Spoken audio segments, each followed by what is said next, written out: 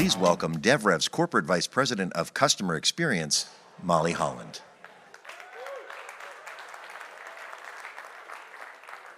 Welcome, everyone. We're so excited to have you all here today. Please make your way in, take your seats. We have an amazing agenda today. I might be a little biased, but I think it really represents the speed at which the world is changing. And it captures the fact that really the central component to all of us being able to capitalize on the opportunity of AI is about people and teams. And it's really easy to get wrapped up in all the doom and gloom that's out there and not take the moment to recognize and envision an alternative future to what we might see in the headlines. And I think today you're really going to get a glimpse of how you can recontextualize, how to think about what you can do with people and teams to capitalize on that opportunity of AI. So to kick us off and help us envision that alternative future is our co-founder and CEO of DevRev, Dheeraj Pandey.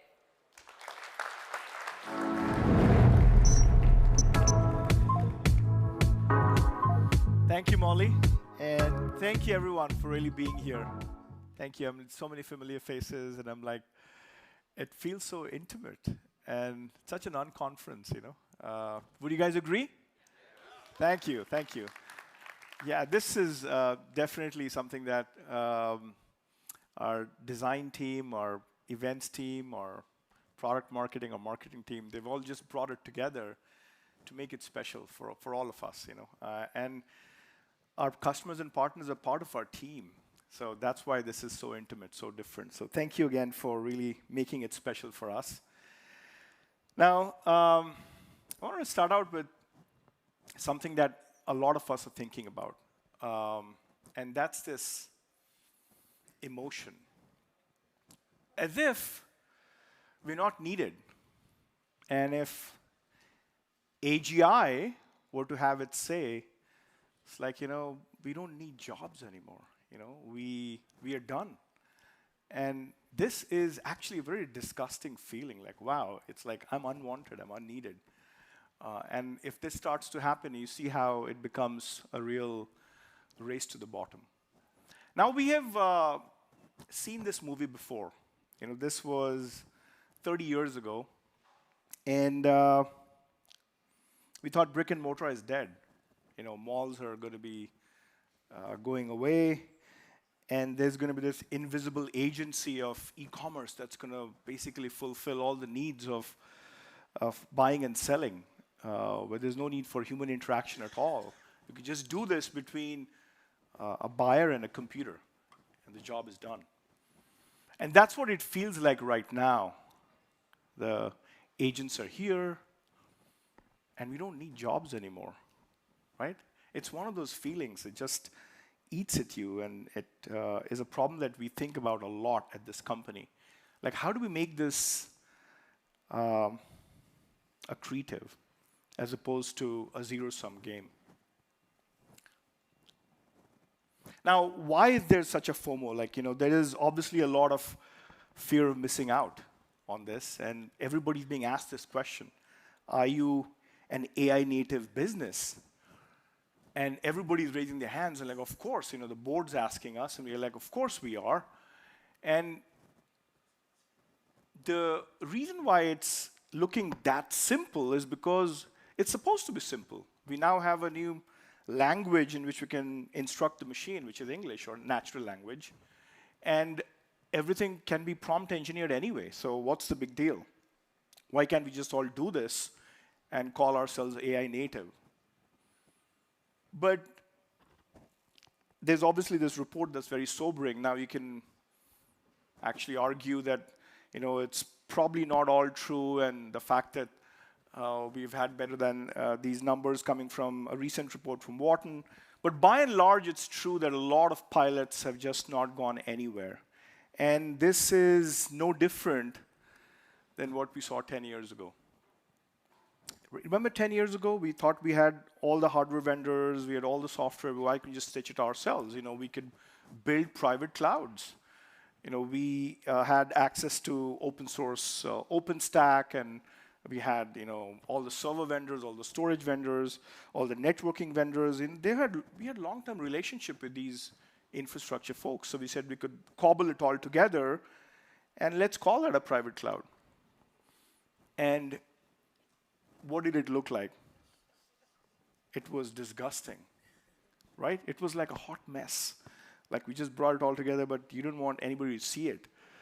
And it was fragile, it was messy, and it just was duct taped together.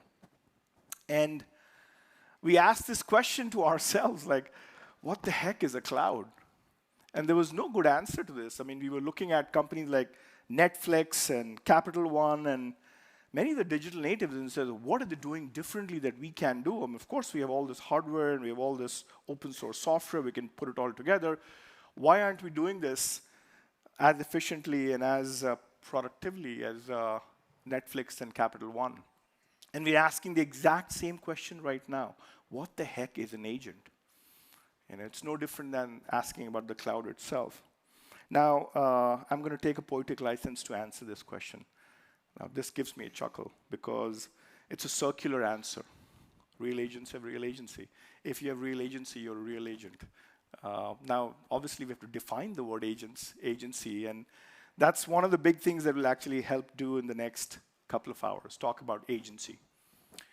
And if you get agency right, then I think we can talk about agents in a very confident and authentic way as well. So what's one of the big problems with agents right now? They just can't really hold a conversation for more than a few seconds or maybe a minute, if you're lucky. If you want to get into tens of minutes or a few hours, they just don't have enough context, and they can't hold a discussion long enough to really get into deeper, harder questions or sessions or discussions. So what do we do when we have this problem? We talk about you deploy stuff, you deploy things, and then you go and reinforce it. You go and figure out a way to give people rewards, and then you also have penalties, and that's the way we actually reinforce things once we deploy stuff. And when I talk about deploy and reinforce, we have talked about people a lot. We talk about deploying people to projects and teams, and then we reinforce things with them as well, which is give them rewards and penalties. And we're going to have to do the exact same thing with agents too. We have to deploy them, we have to reinforce them, and that's the way we actually bring people and agents together in the same team. But then the question is, what about apps? Because obviously there's this narrative out there that apps will disappear. No different than when we said brick and mortar disappears. And I think the best configuration that at least we at this company feel and believe in is that it's going to be integrated. There will be new kinds of apps that will be integrated with people and with agents, and they'll integrate apps and agents, people and agents together as well. Because if you go back in time to public cloud, people said, oh, old forms of storage are dead, old forms of computer dead, networking is dead, databases are dead. And all those things that we said are dead actually did come back. I mean, everything in the public cloud was done in a more integrated way. You still had block storage and file storage and virtual machines and SQL databases. All the things we thought were dead were just there in a more integrated way. And that's how we feel apps will be as well. They need to be more integrated. And when I talk about people, it's not just employees. We look at customers being a part of this as well. And in the past, it was not possible to actually bring customers into your team because it doesn't scale. Now, with the help of machines, we feel that we can do this better than before, especially in B2C when you have millions of, if not tens of millions of customers. you really have to do this in a way that scales. And for the first time, we think that when we talk about people, we're not just talking about our employees, but also about customers in the same team. That's the power of this new configuration. So what is integration? What do we mean by integrated? I think for the first sort of assertion that we make in this company is data. Your data needs to really be integrated. And we call that a knowledge graph. Now, every AI company worth its salt is talking about a knowledge graph. So the question is, what is a knowledge graph? What the heck is a knowledge graph? And we have a very disciplined point of view on a knowledge graph. It starts with a vector database. I'm sure many of us have heard about vector databases. It's a semantic way of searching for things that are not just keyword searches like the way we saw with Google in the last 20 years, but also things that are adjacent, semantically close to each other. So search is actually a big thing, and you get that with vector databases. But when search fails, you also need a graph database. So this is a second component of a knowledge graph, the fact that we can really model relationships between entities, people, and business processes, and machines, and all sorts of data, transactions, all the stuff needs to come together through this idea of a graph database. And last but not the least, still the grand old daddy of all query languages, the structured query language. Because there's a lot of structured data out there as well. And I don't mean just throwing your natural language queries on a data warehouse, because data warehouses are not built for interactive queries, things that need to come back in sub-second response times. You can get that from a data warehouse. So this is not a data lake problem. We have to do this in an extremely unique way that is highly interactive and very low latency as well.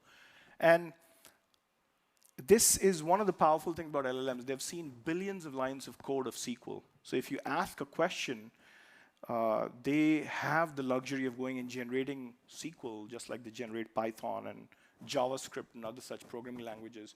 They can do that in SQL as well to answer extremely complex queries.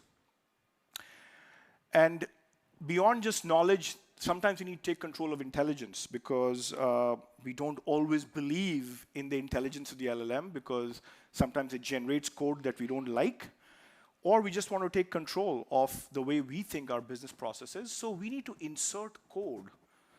In the old world, we used to call it workflows. Now we call them skills. The new workflows, they can work in a swarm. They can run all programming languages, including the natural language. In the Western world, it will be English, but in a lot of other parts of the world, it will be natural language. It could be anything from that country. And that's the power of the new workflow, that it is a way to really insert code from our side and let the LLM go run this. So what do we have? We have a vector database. We have a graph database. We have a SQL engine. And finally, we have a skills engine as well, which is a modern workflow to insert code from our side. That basically is what brings together this platform that we call computer. We think that this is an intelligent machine that helps you really solve problems. It's the AI teammate that we'll actually see the power of in the coming couple of hours, of what does it mean to really elevate people and to bring customers into your team as well. Now, what are the pillars of computer? The big one around data, and you see these things actually going both ways. So hold your thought on what does it mean to go the other way. But at least we are sucking in data from legacy systems. We are reorganizing all this stuff into the knowledge graph, which we call computer memory. And finally, we put compute on top of it, which is skills. This is the stuff that we inserted, not the stuff that LLMs generated. And when we have these things coming together, you get something. Now, what do skills do? Skills can go and update stuff as well, which means that it goes and updates the memory, and now the memory has to go back and update your legacy systems. That's where the two-way sync happens. So one way is to come and organize all the existing data into knowledge graph, into what we call computer memory. And the other way is when these agents go and update stuff, it needs to go back. Because we need to behave and coexist with the legacy world as well. And that's one of the pieces that we are very, very good at. is to think about computer as a thing that coexists with existing systems as well. When you do these three things, you get reliability, you get trust. You get trust in these agents. They have a lot of context. They're able to reason. They're able to connect a lot of the dots. And they're also able to seed control intelligence by giving it back to us because we were able to build skills that didn't want the LLM to actually go build around. So that is one of the core pieces, reliability. So what are the three verbs that at least we celebrate a lot? One is organize. What does it mean to organize? It's really about going from data to information to knowledge. What about assimilating teams? What does it mean to really get agents to be assimilated with people? Really, really important. We'll talk about this concept of collaborating that we have to do, collaboration we have to do between machines and people, and that's the way we assimilate these things. In fact, gone are the days when collaboration is just between people. In fact, in the last 10 years, we were collaboration beyond email, and now you'll see how machines will need to help collaborate as well. And lastly, observe. We need to really go observe a lot, because only with observations will we be able to go make things be reinforced. There's rewards and penalties, and we need to do these things with observations. So just a little bit more on observations. What do we need to observe? We need to observe for coverage. One of the big things on the knowledge, which is coming up a lot in customer support, for example. It's L1 support is a simple knowledge problem. And even there, incumbents are struggling. We feel like if we just did this one thing well on knowledge coverage, and by the way, this also means generating knowledge from existing tickets, from things that we are learning from other customers. How do we anonymize it? How do we really mask things and really create more knowledge? Every day we must create more knowledge to create the network effects across customers. So knowledge coverage is a very important thing to actually go measure. The second one is really latency versus accuracy. What does it mean to give up one for the other? Because if we gave the machine enough time, it can get really, really accurate. But if it's actually something that an end user is waiting for, we need to actually make these trade-offs and really measure accuracy versus latency. Third one, just to build that extra level of trust is, okay, tell me how you got there, which we call explainability. And in many ways, we have to really give out things like generated SQL or generated skills, generated workflows. We will have to actually drill down a little bit and let the user actually see, at least the agent builder be able to see what is it that the AI is really doing under the covers. Context is a very, very important word. The context of me is different than the context of my team, my super team, because I could be in hierarchy of teams. And finally, the context of the company before we get to the context of the customer. And of course, the knowledge that we have in the world, which is public domain knowledge as well.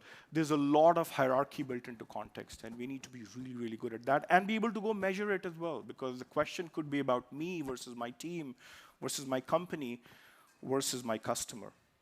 And finally, skills. We need to be able to go build a lot of skills that we know the LLMs should not be able to take over from us. We should be able to take over intelligence and make it more deterministic rather than probabilistic. So all five are very, very important to observe. And to talk a little bit more about this, I want to bring on video one of our board members, Alex Demakis, who is a professor of AI at UC Berkeley and also co-founder and CTO of Bespoke Labs. Welcome, Alex. Hello, everyone. Can you see me, by the way? You can see me? I can certainly see you. OK, I can see you too.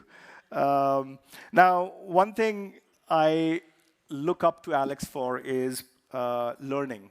Just like we expect to learn with our customers, I learn with a partner like Alex. So, I've known you for many, many years, Alex, from UT Austin before you moved to UC Berkeley. I realized that there's so much to really do in the post-training world of reinforcement learning and supervised fine-tuning, an area that you've actually been specialized for so many years now. So tell us about what you're seeing out there with respect to agents, and what's your current point of view on agents? Yeah. So I think that many companies are trying to make agents by creating prompts. And it used to be a single prompt, and the prompt got gigantic. And then they said, okay, let's split it into multiple prompts. And this became the multi-agent, which is basically multiple prompts that people were creating with static workflows, with line graph, and so on. So this is fine for a few steps, but these agents, Diraj, as you said, don't have any agency because they're just 3 predetermined LLM calls with fixed prompts. To me, when an agent has agency, it means it's running in a for loop. So it decides how many steps it will do. It decides when it is done. So it has all this dynamic independence that we call agency, right? The choice of what tool to call next, the choice if to repeat, the choice to reflect and revise their answer. But right now, people cannot do this. What I'm seeing is people make 3 steps or 4-step line graph agents, and these are okay. They optimize them a lot. But the moment they try to do more than 3-4 steps, the agents become unreliable and unstable. And this is called the long horizon problem. And basically, we cannot stabilize agents that do tasks that require a large number of steps. Typically, I'm seeing 5 or 6. There's a paper from Berkeley that analyzes the failure modes, but basically that's what I'm seeing. So agent building is okay for simple tasks, but dramatically unreliable for harder tasks. And by harder, I mean things that would take a human more than 10 minutes to do, something that would take, an hour or a day to do. And this is called the long horizon problem. So use the word stabilizing. Maybe you can just go a little bit deeper, double click on the word stabilizing. What do you mean by stabilizing? Yeah, so this is very important in the research right now. So every step, you can think of the agent has to do, let's say, n steps, like 5 or 10 steps. And let's say we optimize the agent and we tune it with various techniques. And let's say we manage to get the reliability of every step to be 99%, which sounds pretty good. But then when you have to do 10 steps, the probability to execute all 10 steps correctly is 0.99 to the power of steps, so 0.99 to the nth power. So the reliability goes down exponentially in the number of steps. And the only way to stabilize an agent that will have true agency, which means they can have, an arbitrary number of steps, like humans do, is to actually allow them to fail and observe their failures, which are called trajectories. And the only way that the agent is actually going to see how they fail is if they are in a real environment. They really try things out, they really interact with the environment, and they get scored and see if they fail or not. And this is how the frontier labs are training things like deep research or Cloud Code or the agents, the coding agents, the command line agents, is by actually having them be in real environments and do reinforcement learning. So I think this is the only way we know that stabilizes agents in long horizon tasks, which involves real environment building and reinforcement learning, as opposed to vanilla prompt optimization. So speaking of the word reinforcement learning, you probably heard about this podcast that Andrej Karpathy recently did. And he has a real funny quote about this, so I'm going to read it for everybody else as well. So he says, reinforcement learning is terrible but miraculous. RL fine-tunes models by rewarding good answers and penalizing bad ones. It works, but crudely.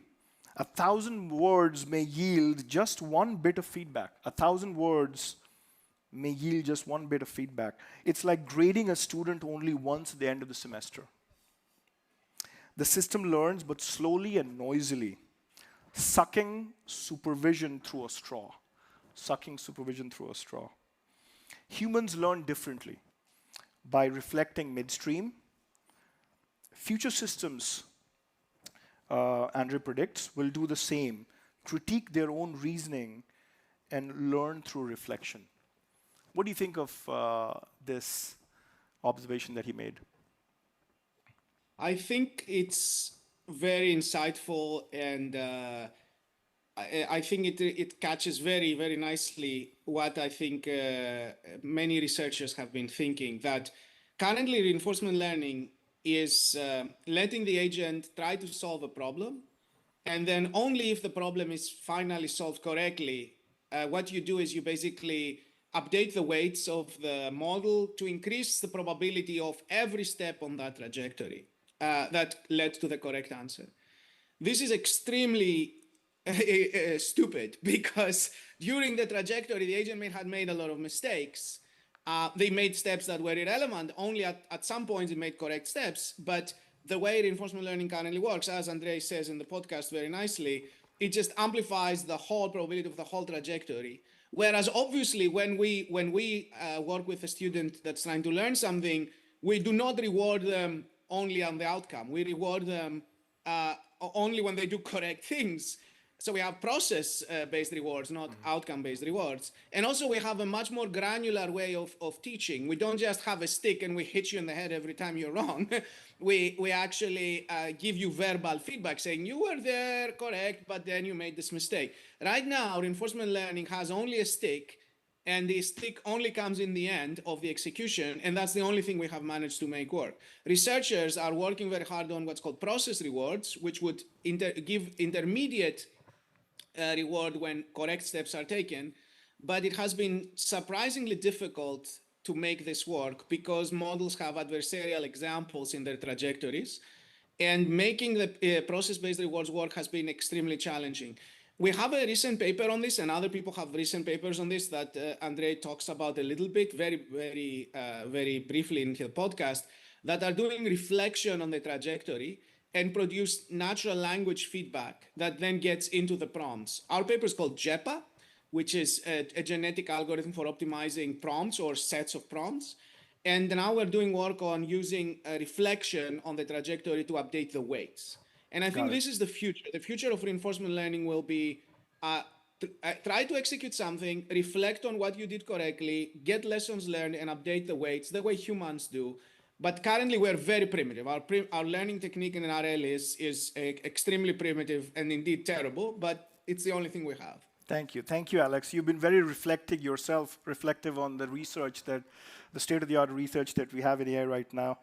And speaking of learning, we learned so much from you and board meetings and beyond as well. Thank you again for stopping by.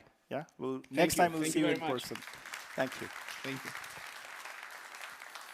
Okay, with that, there's another level of learning that we do with our customers, and one of our favorite people who is an EVP and CDO at S&P Global, Swamy Kocherlakota, is here as well.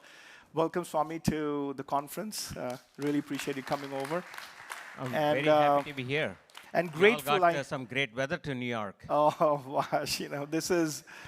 Anybody from Seattle here? It reminded me of Seattle when I was here, But first of all, grateful that you're here today because it's an earnings day for you, and it means a lot for you to be here. We were talking about frameworks of making AI successful in the enterprise, and you had some really, I would say, wise things to say about the way you were thinking about this S&P Global. Yeah, we had a fantastic earnings call this morning where we talked about some of the investment that we have made in AI and the returns and some of the early success that we are seeing. One of the things that you have to do in large enterprises is that AI has to be a CEO-sponsored initiative.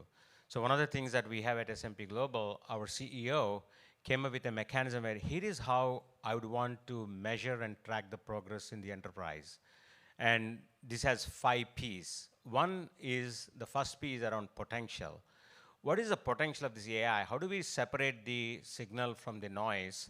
And what is the impact it would have on our customers? And then we've been at it with the potential. And then early on, our customers, much like Alex was saying, they're looking for a lot of AI-ready data. Now they're looking for much more automated agentic support system. So that's the first P. And the second one is, how do we deliver this potential to our customers, which is the platform, right? So how do we rethink and reimagine our platforms is the second P. And the third one is protect. AI, we are a financial information services company, and how do we protect our IP? How do we do the AI in a responsible way? We're looking at technologies like data watermarking that will allow us to track the life cycle of the data, right? And then, of course, we have productivity. right? What does it actually mean for our internal employees from a productivity perspective? And then the last and the most important thing is people. How do we really carry our people along? And with this 5P framework, every business owner, every functional owner was able to report and tie that to how we are spending our time. You know, it's that very has interesting. significantly given results for us. I think it's a great mnemonic as well, 5 Ps. I'm a big fan of 3 or 5. This time it's 5. One of the P's is platform. You said platform. And the more we talk to our customers, the more they talk about explainability and auditability and reliability. What do you mean by platform when you say platform? Yeah, the word platform over time was abused. For us, where are customers spending the time with us? And then how is that changing, right? And one element of that is, the web interfaces and the mobile interfaces are going to go to conversational interfaces. And then, of course, now with the, today customers are okay to go to multiple systems, multiple apps, multiple platforms, but with the conversational interface, they expect to give you the answer. So what is the underlying platform that delivers that seamless experience to our customer so that we can hide the complexity? Because the legacy technology is still siloed, right? And you cannot really refactor away into AI native platforms yet. So for us, that platform is the abstraction between how do we deliver services to our customers, but at the same time, do the change management with the backend technology. Love it. You're saying you have to reorganize things. For us as well, it's about, if you have, like we talk about 2 experiences, customer experience and employee experience. We think it has to be the same shared underlying architecture and platform, because the moment a customer asks for something, that goes to support, support asks product management, who asks engineering, all of these people also ask sales. Looks like there's all these chatbots on the sales side and the customer side, and they're all related in some sense, right? I mean, this is where we are partnering with the DevRev, because if you look at large organizations, data is in islands, right? This is how technology has evolved, and people are organized in silos, right? I think with AI and the notion about the platform and the partnership with DevRev is how do I take the islands of data and then organizational silos and then bring them, and that's why I like this notion of a computer, is that it allows us to connect these things a lot faster with the knowledge graph that will allow us to deploy agents and skills on top of it to answer specific questions. What we have experienced is there isn't anything in the organization that won't get benefited with AI.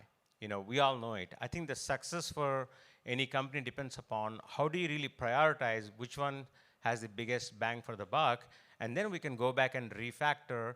Much like we did the cloud refactoring, there's AI native refactoring that has to happen, and we're thinking, internally we call it as AI building blocks. And now you can seamlessly stitch these AI building blocks through a platform, and each building block is a specific skill. Awesome. Well, first of all, it's music to my ears when you use the word knowledge graph and skill as well. One last question, and we would prefer a quick response for you on this idea of people. So what happens to people? I mean, are you saying apps go away, or do people still interact with apps? Yeah, it's a very interesting question. First of all, people are, like you were mentioning, will play a very important role. There is, in every aspect of what we did at S&P Global, we have more things that we want to do than we have the people for, right? So we know how we can redirect that people and energy. So to me, with agents, there's still a human in the loop and human on the loop component. So to answer your question, apps as they know it today will become middleware in the back end. It'll be invisible, right? So, and then those apps will be used by the human in the loop when agent cannot do, and then eventually when it goes into a human in the loop, humans are also interacting with other agents to solve that exceptions, and then apps over time, I don't want to say they'll go away, they'll become middleware, and like today's middleware, nobody talks about WebSphere and WebLogic anymore, right? So the middleware will disappear or it will become irrelevant. Love the way you put it, because this happened with databases as well. They were the thing in the 90s, and then SaaS came and wrapped it around, and it actually became a backend. And looks like SaaS will actually become the controller in the way you talked about it. Yes. Thank you. Thank you again, Swamy. Of course, thank you for having me. me. Really You got it. Thank you. Thank you. So just to wrap it up, we talk about the 3 requirements for becoming AI native. We talk about organizing your knowledge. You have to go from data to information to knowledge that's AI ready. Really, really important to not be in that 95% and really rise above that. Second one is assimilating agents in teams. Again, the fact that I give them everything that I give people, I look at agents like people so that I can really go and pick up the last 20, 30 years of lessons we've learned with humans on security and authorization. How do we apply all that? Roles and privileges, auditing, all that stuff to agents just as much. And finally, observe everything. We have to go and observe everything because we trust and then we verify. Because if you don't do that, we end up with this, which is just a hot mess. And to talk more about how to avoid this hot mess, we have Michael Machado, who is our CVP of Product and Brand. And thank you, Michael, for really doing this. Look forward to learning more about avoiding the hot mess. Thank you.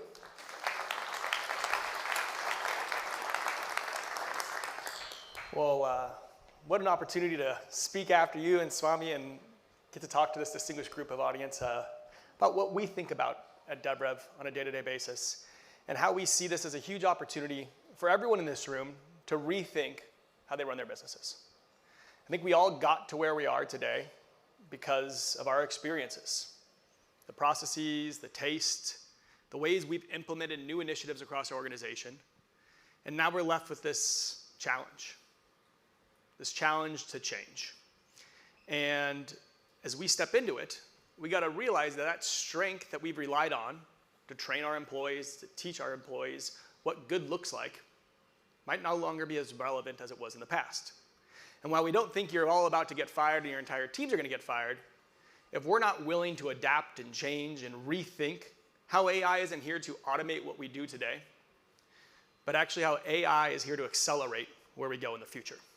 And this idea of changing the way we work is what inspired me to join DevRev, inspired me to join Dheeraj and Manoj on their mission, because it wasn't that long ago. It was 5 years ago, almost to the date, when DevRev started, and about 6 months into it, they welcomed me onto the team. I think once I convinced them I wasn't a corporate spy trying to learn more about what Dheeraj is up to on his new venture, they came in and they said, hey, we're trying to change the way people work.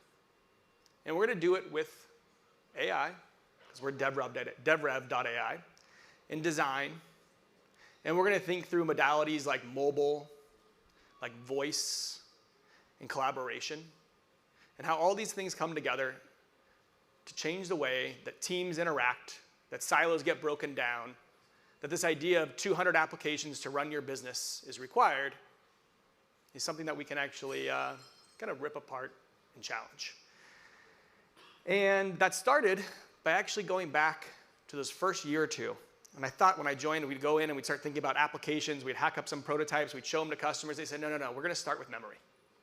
And at the time, we just said, we're going to start with connectors and syncing information bidirectionally across every enterprise system we can imagine and bring that data together. And all those core fundamentals of the knowledge graph that Dheeraj just explained, that's where we started. That was the foundation through which we felt like we earned the right to introduce applications. The skills that skilled knowledge workers would use to actually get their job done, but how they would integrate and collaborate, and the GUI at which we'd actually present information, and how that will evolve in sort of version 3 of where we sit today with agents, and how we're all kind of context engineers for agents. But before we get into the next era of DevRev, I want to thank a lot of the important people, not only those on the screen right now, the team that grew and grew and grew to over 650 people now, but to the customers that helped guided us along the way. One such customer was Unifor. I remember celebrating when Unifor said, hey, we want to partner with you. We want to partner with you on a really hard problem. We understand the investment you're putting into the knowledge graph, and we want to think about how that connections and the connectivity of your data can transform us through breaking down these data silos by bringing customer centricity to everyone within the org, but also having some empathy for what it means to be product-led and how you invest in the company. And we got to partner with them, and it was amazing because they were on this rapid growth. I think Deloitte named them 4 times in a row one of the fastest growing enterprises in the world, and they pushed us in ways that we could not have expected. And it started when they first connected their knowledge graph. Within days, they had connected tens of thousands of records, tickets, attachments, and comments into our system of record. They formulated their knowledge graph into DevRev, right? And it gave them the ability to really truly understand how all their information was connected, such that when a problem arose with a customer, they were able to draw a steel thread from that comment from a customer to the part it was attributed to the workers that were working on it, to all the ways that they could fix it. From a conversation to the PR to the fix, it was a steel thread through the knowledge graph. And as they grew with us, we got to learn more and more about what it meant to reach the enterprise-grade requirements they had. Companies like Redbox taught us what it meant to do asset management, their systems, and understand hardware and the hardware life cycle, and how you would actually sell hardware products, mature them, update them, eventually replace them for a customer, and how you would own that life cycle throughout our parts and entities. And companies like Action IQ, who's right here in New York, I think Paul's in the audience somewhere, who taught us what it meant to build great analytics, and challenge what the analytical platform could do. Taught us what eventually it meant when Unifor bought them, what it meant to integrate two existing DevRev orgs into one. And the end result is that now Unifor operates over 86 different agent schedules to support their customers 24/7. They deployed state-of-the-art conversational interfaces across their portal, live chat experiences, omni-channel, and they continue to push us to this very day on how they can do more with DevRev.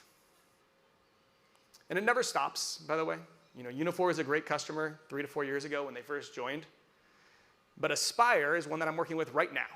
And they're inspiring me to actually think about how our product and our platform can be leveraged to change the world. Because they're changing the world. Their Aspire Leaders program is a free leadership development program for limited income and first-generation college students around the globe. And I'd love to tell their story, but actually I'm going to let some of their Aspire grads tell the story for me. Aspire has prepared me. Aspire has given me the hope. Aspire has given me the courage to become who I want to become. I'm grateful to Aspire for the fantastic opportunities to communicate with Harvard professors and to listen to interesting people from all over the world. I ended up starting a project in Turkey, impacting 100+ Turkish students from low socioeconomic backgrounds, all because I had this feeling that I'm capable of doing something. They see it in you and like millions of other people, and that imposter syndrome gets like kicked. So I kick it every day. Trust me when I tell you that this program has been a transformative experience for me. That's Aspire. And what's amazing is today Aspire has over 10,000 students in their organization, and next year they're going to have over 1 million. They're talking about 50x growth over the next 12 months. And the challenge they gave us is they said every dollar of donation that comes to us as a nonprofit can't go into operational costs. It has to push us.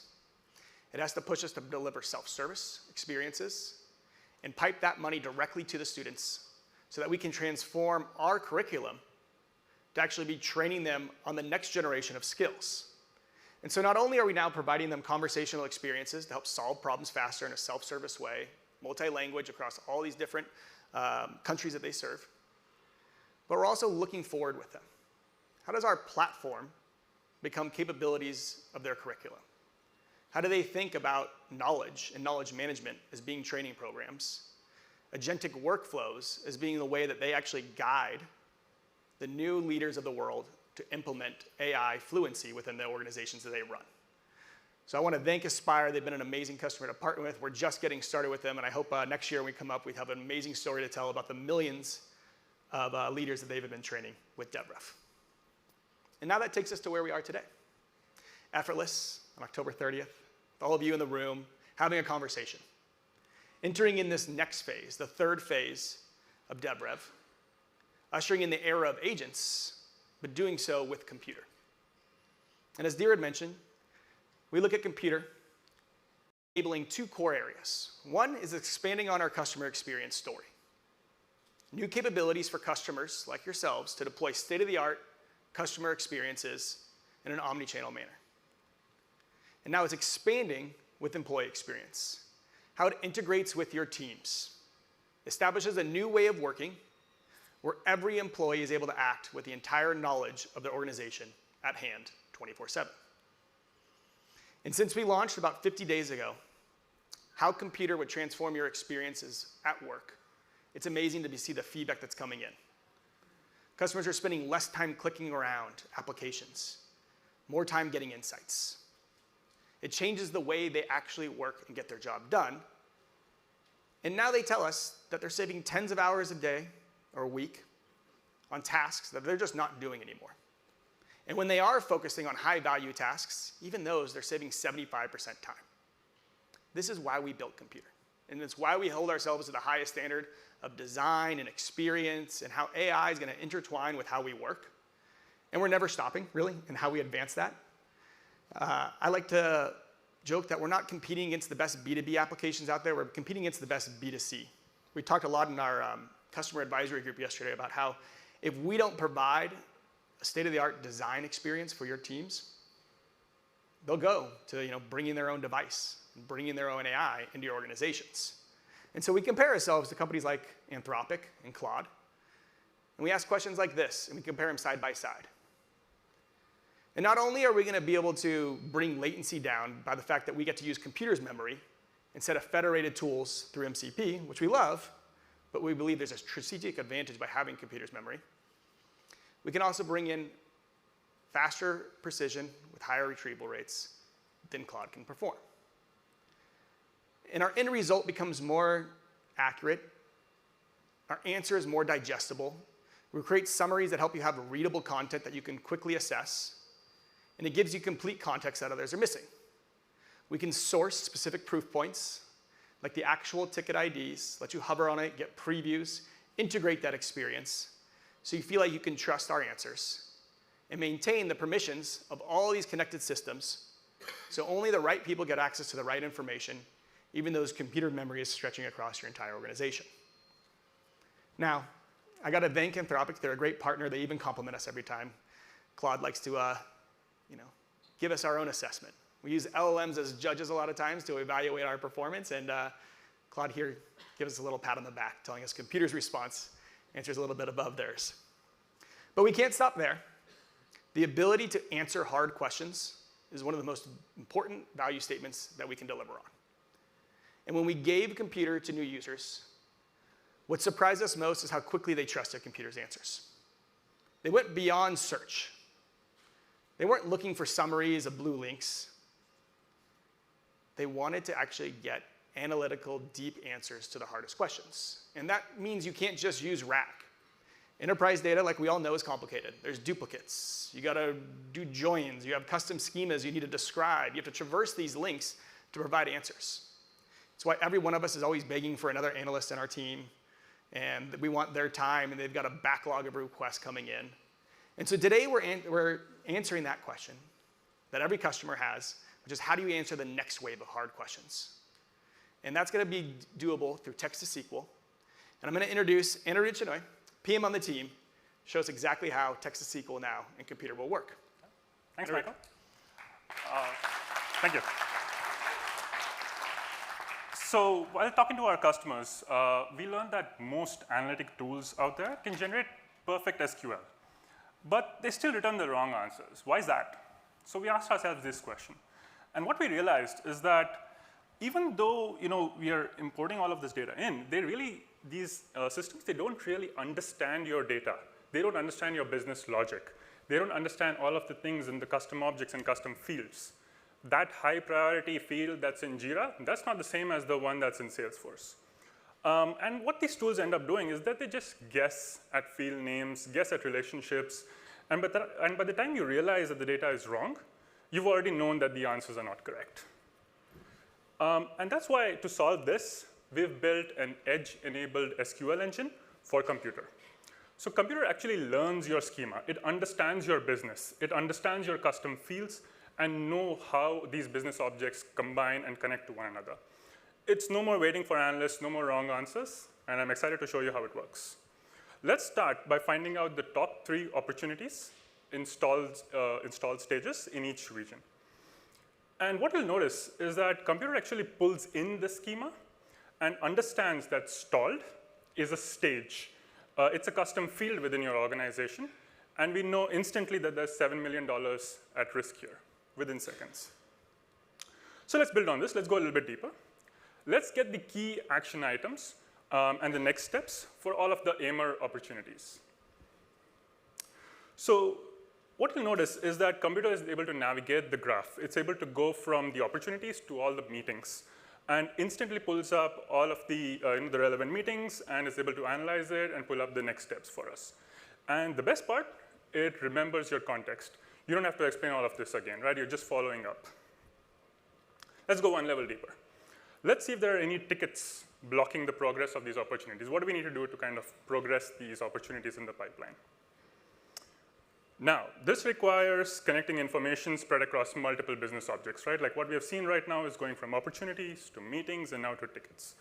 And computer does all of these things automatically because it's learned your data and it's created that memory. And in just a few seconds, we know that there are some critical tickets that need to be unblocked and there are some people we need to chase, right? All right, so finally, let's pull all of this together and ask if there are any gaps. Are there more people we need to chase now? And we're just going to ask, are there gaps between the tickets and the next steps from the meetings that we just saw? And what you'll notice is that computer isn't just querying, right? This is reasoning. This is understanding. It's understanding your business logic, spotting what's missing, and recommending actions that you can take. And this is what happens when you have an AI teammate that's really, truly understanding your data. And it's more than just that regular RAG. It's more than just retrieving information. It's about really getting truly smarter answers. And that's computer analytics for you. It's understanding your business. It's understanding the vocabulary, maintaining that multi-turn context so that you don't have to repeat yourself. It's just following up like a natural conversation. And it's also about traversing the objects within the enterprise. What's the result? Well, all of your question gets answered in seconds instead of hours. With the right data, every time it's no more waiting, no more guessing. It's just asking and deciding. Back to you, Michael. Thank you. Yeah. It's subtle, but it's extremely powerful. We're generating code now, right? We're understanding your business, your data, your schema. And now we're able to generate SQL, give it to you in a way that you can understand why we're putting that information out to you and actually let you be an editor and collaborator with computer. And it begs the question of why do we ask hard questions? We want to gather insights, but most importantly, we want to act on that information. If we're going to get informed, let's make informed decisions. And that's why, by hearing from our customers almost every day, they're like, help me take this the final mile. Help me connect all the dots together and help me take action. And so we're going to expand computer's core capabilities now moving forward to include the ability to take action in your core systems. And we want to do this in an integrated way because if you use MCP or any autonomous agent out there, it's pretty exciting, right? But it's a lot like giving the kid who's had like 6 Red Bulls keys to your car and being like, just have fun. They're going to go a little crazy, and it does, right? I've had it write emails and just send them off, right? Or generate tickets and assign them to people and be like, okay, I'm just going to go prioritize, and I'm going to run. I'm going to go talk really fast. And it's like, okay, we want to slow down here a little bit. And that's why we believe that to bring computer and humans together to take action is an important step as we move forward. If you're going to update systems of record, if you're going to generate content, write documents, and send emails, you've got to do it in a trusted way. You've got to do it with the human directly in the loop. So we're actually going to take right off where we just were, asking hard questions, getting informed answers, and now we're going to take action. I'm going to invite up Amisha, one of our lead engineerings, on our action plans to actually show us how computer does that today. Thank you, Michael. Hi, everyone.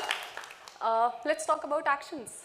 So I feel that AI agents today can analyze and advise, but when it actually comes to getting the work done, you're on your own. But a true real teammate doesn't point out the problems, they help you fix them. So let's watch computer go from insights to execution. So I just quickly ask it to create an issue for me. The drop-down doesn't open, And when I click the profile icon, it asks for my permission, as Michael said, right? We don't want it to go crazy. So it asks for my permission. I approve. It quickly fills the entire context with all the expected behavior, all the fields populated, and confirms with me. Should I create it? Yes, please. And that's how quickly the issue is created. All the fields assigned, prioritized, added to the sprint. That's how easily it is done. And this works across Salesforce, Zendesk, Jira, or wherever you work. So basically, computer prepares everything for you, but you stay in control. So this is how, basically, it helps you first find the problems with your customer, then actually go figuring out solutions, and helps you close the loop by actually getting the work done for you. So that's computer actions for you. Back to you, Michael. It looks easy, and it's easy to sort of say we can just implement this technology, but we have to do it in a trusted way. We have to integrate it with all your tools, using MCP servers, using AirSync in our knowledge graph, using our own APIs. We bring all of these actions to the table for your team, but we do it so you can trust. You can bring your human in the loop. You can observe and audit all the actions that computer takes. And now I'm excited to talk to you about a partner of ours that we've been partnering with from the very beginning, Alvina Antar, the Chief Digital Officer of F5. Alvina, do you mind joining me on stage? Sure. For those who might not be familiar with F5, I'd love it if you could just introduce yourself, tell us a little bit about F5, and because we're all here to talk about not only AI, but people, and what makes F5 an amazing place to work. Well, thank you for having me. I'm honored to be here. So F5, the story of F5, so I was actually a customer of F5 back in 1997 when I was at Dell. And so fast forward years later to be able to be a customer of their big IP and seeing the evolution of F5, starting from a gaming company to load balancing to now securing and delivering every app, every API, and every agent.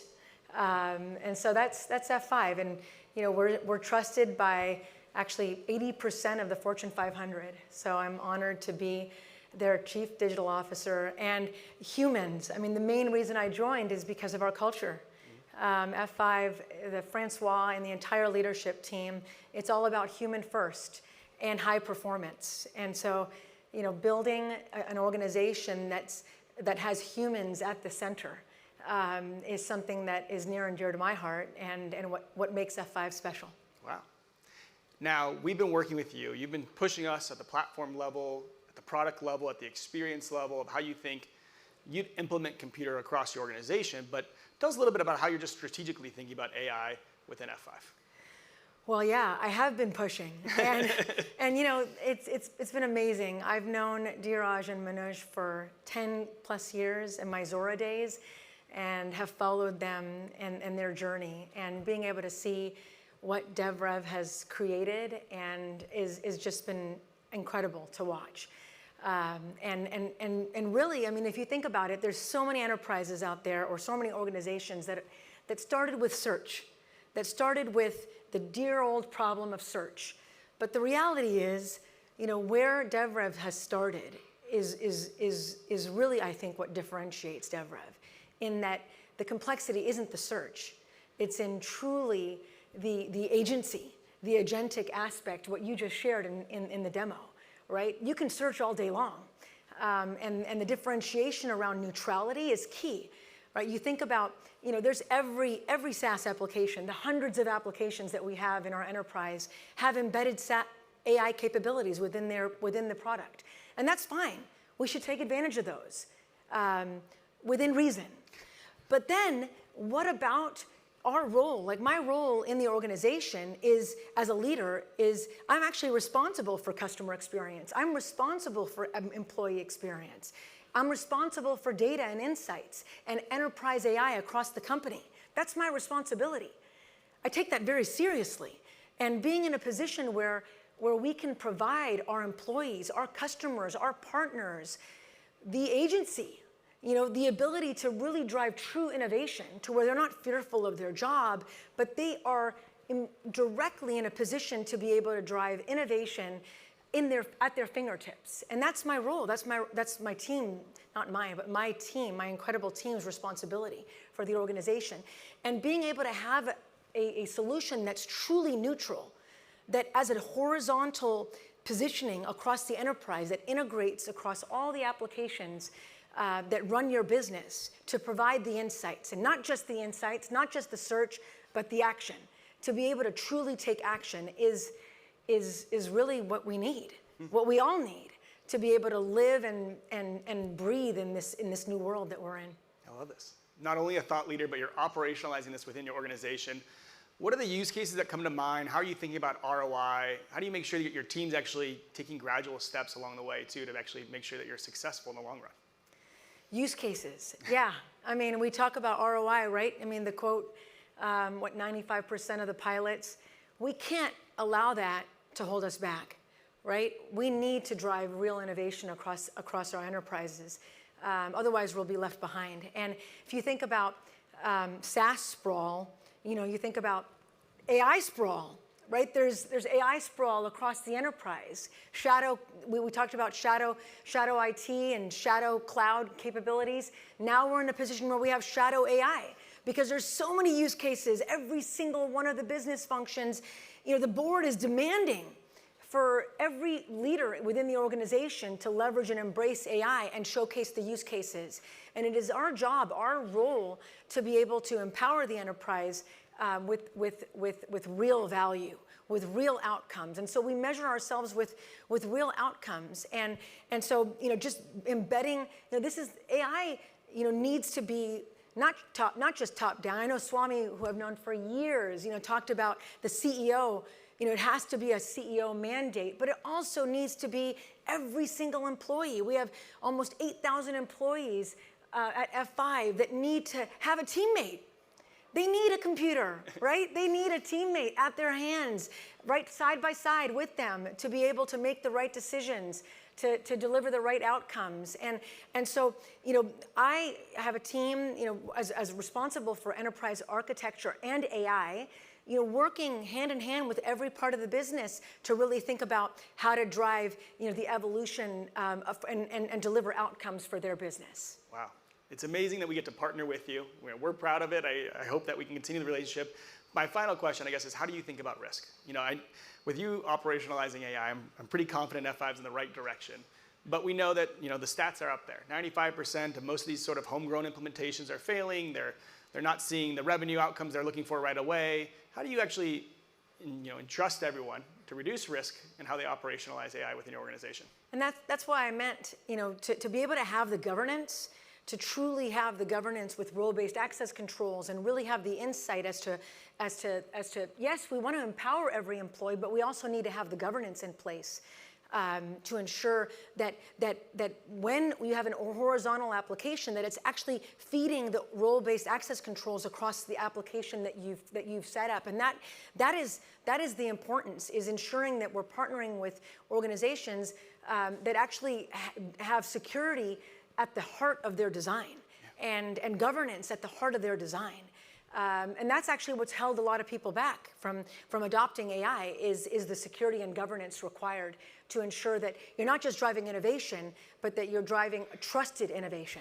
Oh, that's right. Trust is so important. Well, thank you so much, Alvina. We appreciate it. Thank you.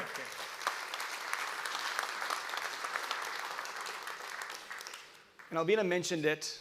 Dheeraj mentioned it. Platform is so important. If we don't think about platformizing our AI investment, we risk really understanding how we're implementing it and compounding on our returns. And the final thing I really love to spend a little bit of time on is thinking about what it means to customize computer. Because to date, we gave you this control of computer at the organizational level. You got to control computer's memory. And you got to deploy it across your organization with the right authorization policy so people got access to the right information. But now we want to give you a level of personalization. And that personalization actually starts with your employees. It starts with me. I want computer to know who I am, the behaviors, the last thing I talked about. Everything I've told computer needs to be contextualized for every future conversation I have. But how do we actually implement team intelligence through organizations is think about that customization layer for teams. How does computer work for your team, your department, your subgroups, the ways in which you want to train the skills and the behaviors of computer so it feels natural for how your teams work and actually up-levels the employees within your teams by showcasing the skills that make it special. And we've taken that same approach now to actually how you deploy custom agents for your customers. How you can actually personalize and customize computer by region, so you can speak the language of your customers.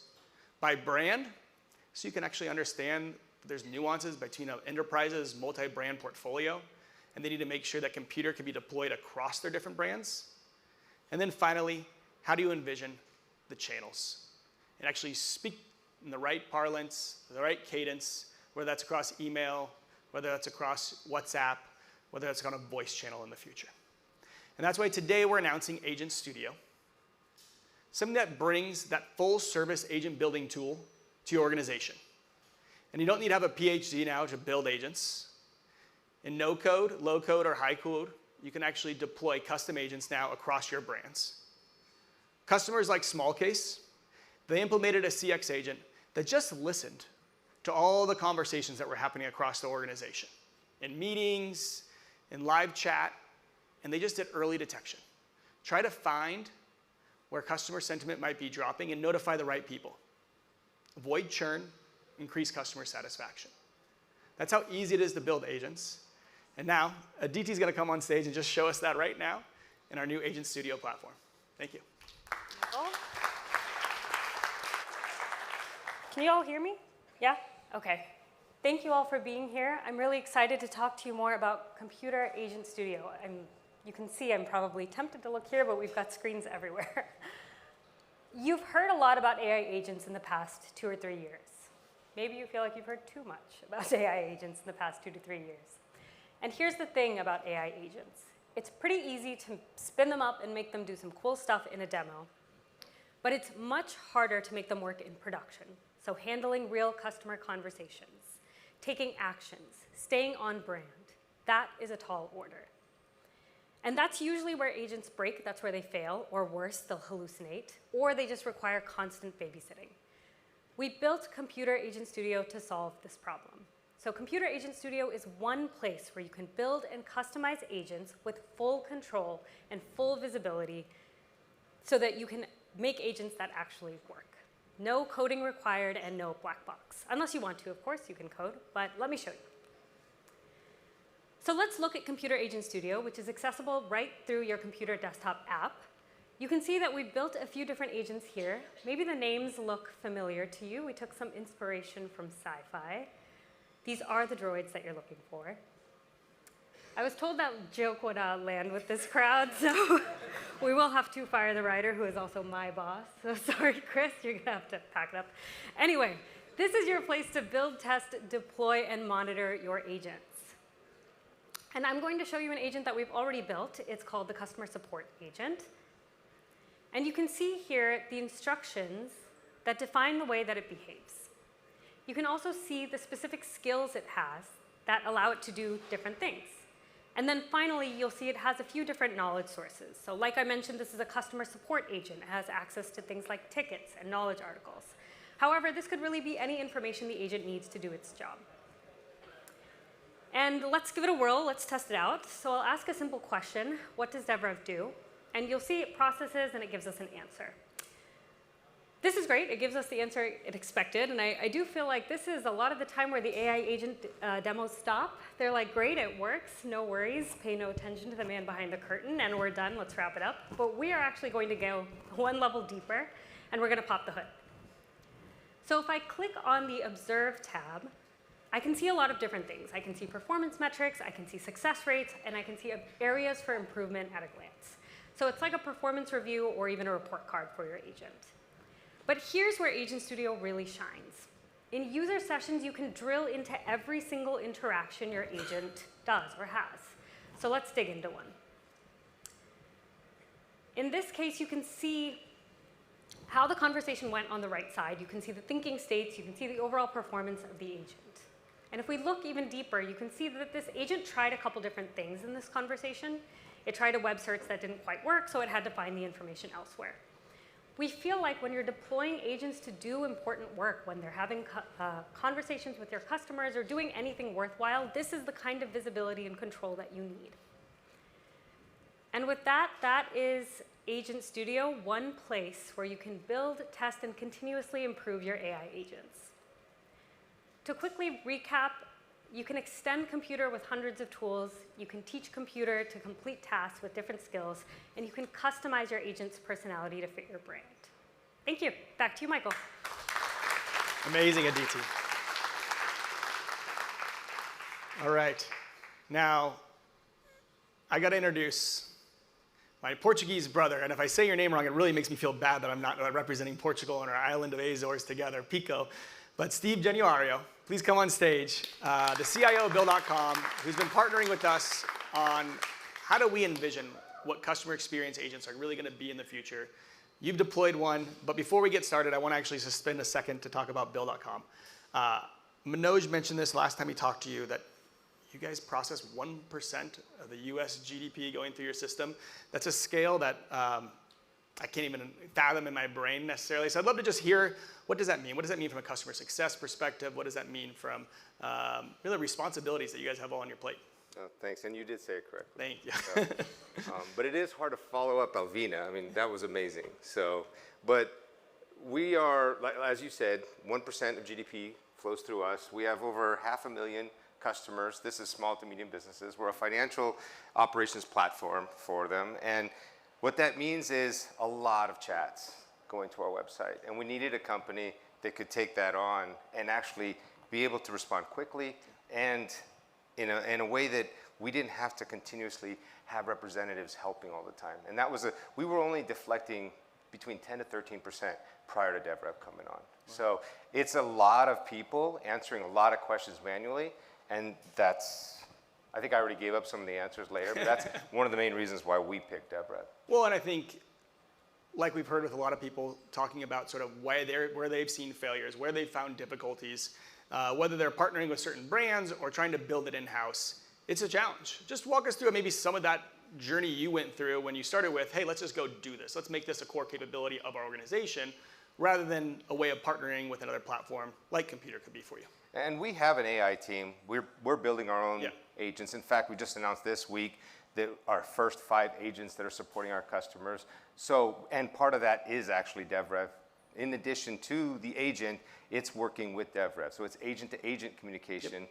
But the reason, we looked at many different companies. And everyone had very similar pitches, but nobody had that contextual layer or that architecture that you all had created. That's what really sets it apart. Indexing, we all know that indexing can cause issues after time. Search becomes a pain.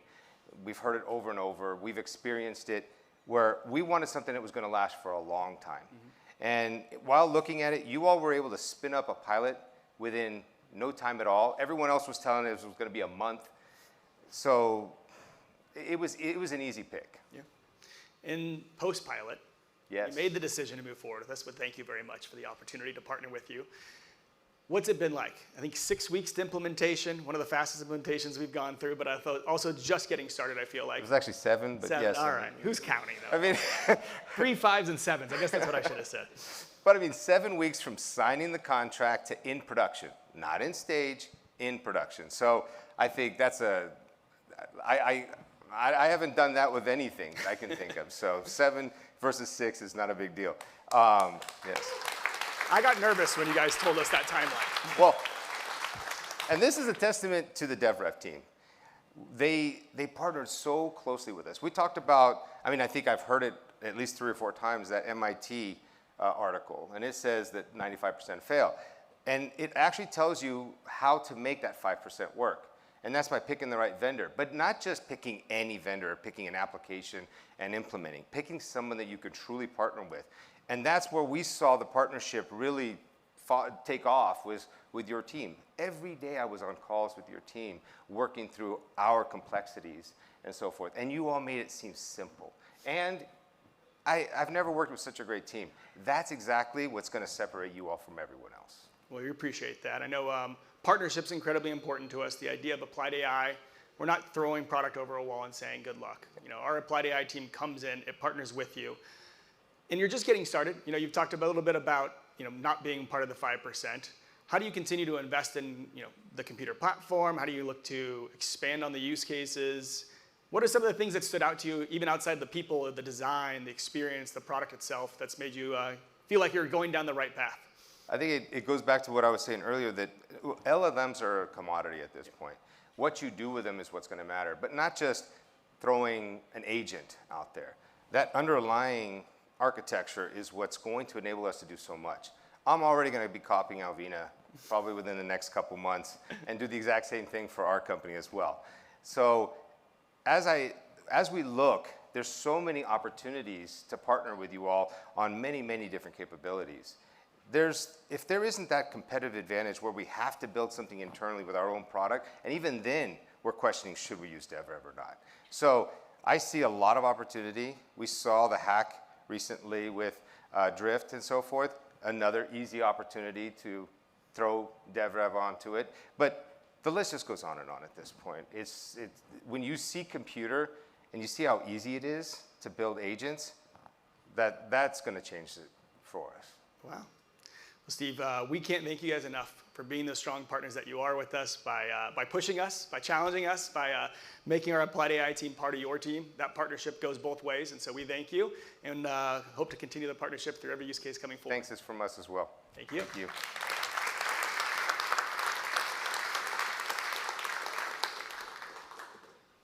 All right. Team intelligence, it's been the backdrop of everything we've talked about today. From the moment Dheeraj talked about you're all fired, but you're not fired. You're just changing. You're changing the way you work. And before I wrap up, I'm not going to do a one more thing, though I got one more thing. I've got to do something that actually is probably what I'm most excited about. When we started to build computer and think about the use cases, it was about answering hard questions, and it was about helping you take action, and it was about customization being paramount to how you get your job done and how your teams come together. But I felt like there was two things that no one was talking about. It was the fact that for every LLM experience out there, it's just waiting for you. There's nothing proactive. And for every experience out there, it's single player. There's no way to bring your teams together in a multiplayer manner. And that's what we're most excited to talk about now. Because when I start my day, like a lot of you, I look like my mobile phone, usually lying in bed, it's 6 o'clock in the morning, and I see a myriad of notifications. And it stresses me out, and every one of these companies calls us up and says, hey, I've got an AI tool that's gonna solve your problem of having too many notifications. It's like, well, now I've got 17 different ways of thinking about that. What you see here now is something that we are just prototyping now internally, using internally, it's just hit production. It's the idea that computer is going to speak back to you, preemptively talking to you about what you want to work on, proactively talking about it. Prompts have never really been preemptive. I've been playing around with this word, and Chris is going to get mad at me because he said, you're not allowed to say it. I said, I think it's a prompt. It's a prompt that's preemptive. It's a prompt. I'm going to add a new word to the dictionary, and that's what we're going to call it. It's called a primps.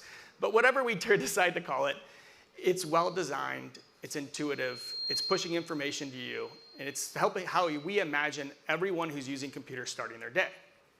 Whether that's your calendar events, prepping you for what's the most important things you need to get information about, whether it's your task list coming from source systems or your own personal tasks that you're managing within computer, that's always going to be a card that's waiting for you, or a new insight. In this case, a skill where I've taught computer how to scour all the information between conversations that are happening and give me product insights, identify problems that are going on with my customer. So if I want to now, I can go click on this card. And as I said, the prompt's already there. It's already answering my question for me because I haven't had a question. It's just context engineering for me, bringing in the different meetings, bringing in the different tickets, and saying there's signal here that's been accumulating over time, and I wanted to get your attention. Now, in this particular case, this is actually something near and dear to me. I've been thinking a lot about how do you evaluate agents. If we're going to be deploying agents for lots of different use cases, if we're going to be training computer up on skills for every team, how do you make sure it's doing the right thing? How do you create the right benchmarks to evaluate it versus other tools out there? And I've actually got some information I want to push back to it.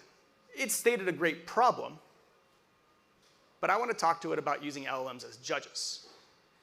How do I remove bias? How do I remove the human labeling that goes through any of these actions? And how do I actually start to understand what my agent is doing in production? And as I upgrade and version my agent, how do I make sure it's always getting better and I'm not actually losing out on the accuracy? Now with computer, I'm starting to collaborate. And with any collaboration, I've got more and more questions. In fact, you'll see on my left nav, I've got more people here now. I've got my team, Amisha, Tom, Dheeraj, and Manoj. They're now in my navigation because it's not just relegated to computer conversations and my history with computer. It has the whole history of my team. So now I want to actually bring more people in. And computer knows who my team is. They know what they work on, which parts of the product they've added to, and how they can contribute. But next, I'm not going to cut and paste my answer like I would with ChatGPT. And I'm not going to share a PDF or, send them a link and say, hey, here's a stale document. I'm going to give them a room to work with me. And just like that, they're going to get notified. They're going to click in. And now we're all in the room together. Before they even get started answering questions, which they got pretty eager into right there, they started asking, what's the context? And computer summarized everything for them. Tom got excited. He said, I've been actually thinking about this too. I've got my own context I want to add in. And since Tom brings his own access rights, he adds a document into the conversation and asks computer to share this information. And now things that might have taken days, weeks, even a month, where I say, hey, Tom's working in one silo, I'm working over here. The idea of us collaborating and realizing that we're actually working together could take a very long time. Now our information is shared. Computer synthesizing that information, seeing where there's similarities, seeing what we actually do to take this a step further. Let's get the spike moving. Now we're aligned around computer's information. Amisha's jumping in. She's not going to wait for a kickoff meeting that needs to be scheduled, canceled, too many people get invited to. She's saying, let's just get things moving. Let's assign information out to the team. Let's understand what written document like a PRD can do to help us prototype the idea. And let's start moving this idea from ideation, from a customer problem, to a prototype that we can test, evaluate, discover with customers if it's the direction we want to move forward. This is a game changer on how you imagine working with LLMs. From single player and sort of reactive to proactive multiplayer team experiences. That's how we imagine computer working with every one of you and every one of your teams. It's no longer just you talking to computer. It's your team understanding the topics that are relevant to it, categorizing these topics, structuring data from these, creating assets that you all can gain leverage from, whether that's you supporting your customers better by generating new knowledge articles, or you coming up with a new feature that will actually drive customer success in the future. That's how computer completes your team. And that's how we envision a future of computer being integrated across your organization, delivering on our goal of team intelligence. And hopefully you all can actually leverage the rest of this afternoon to get hands-on with computer. We have voice demos, we have multiplayer demos, we have agent builder demos. We have the ability to generate your own text to SQL questions, all standing there. We've got a team of DevRevelers wearing awesome crew neck DevRev sweatshirts that I want to get. And I'm so excited for you all to get this in your hands, to start experiencing it today, and providing us the feedback that's helped make us the company we are. Thank you.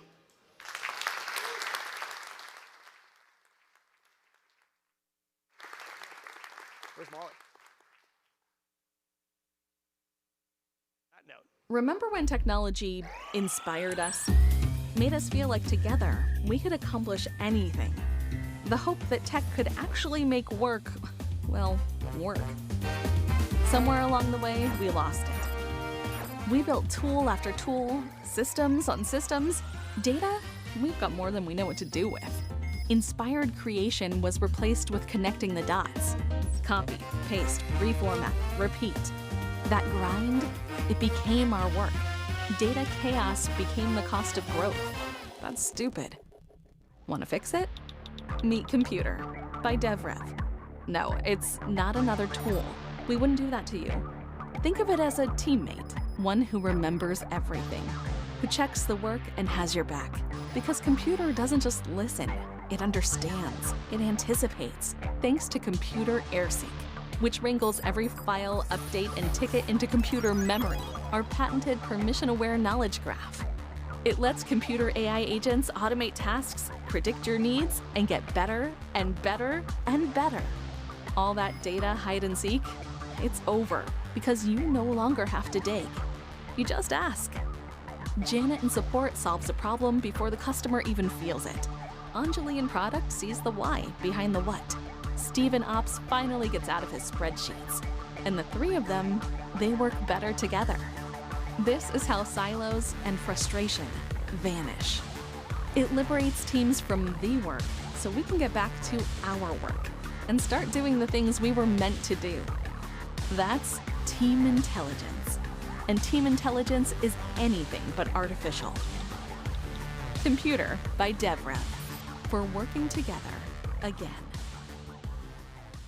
We're taking a short break. While you are here, discover how computer can make finding answers fast and easy.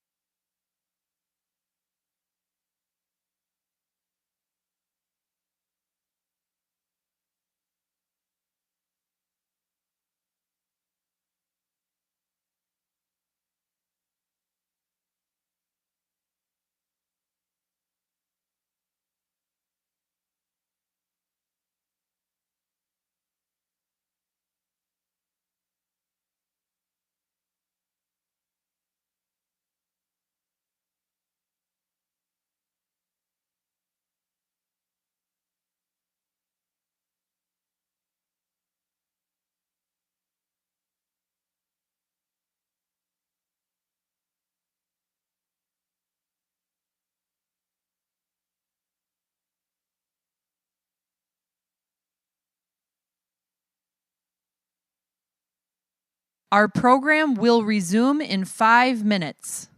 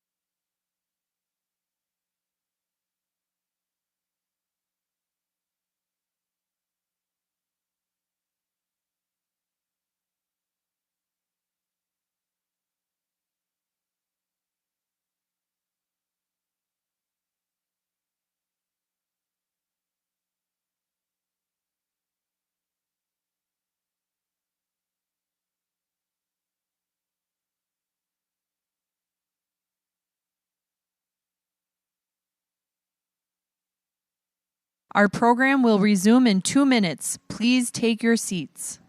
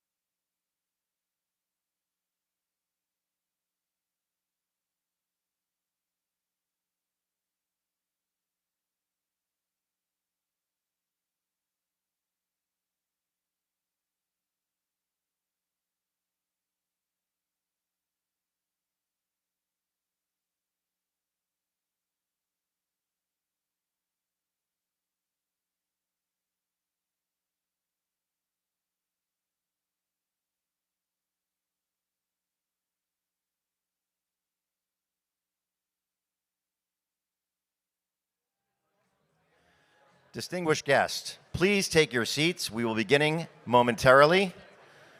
Make your way back into the main hall and please take your seats. Thank you so much. We will be beginning in just a few seconds here. Thank you.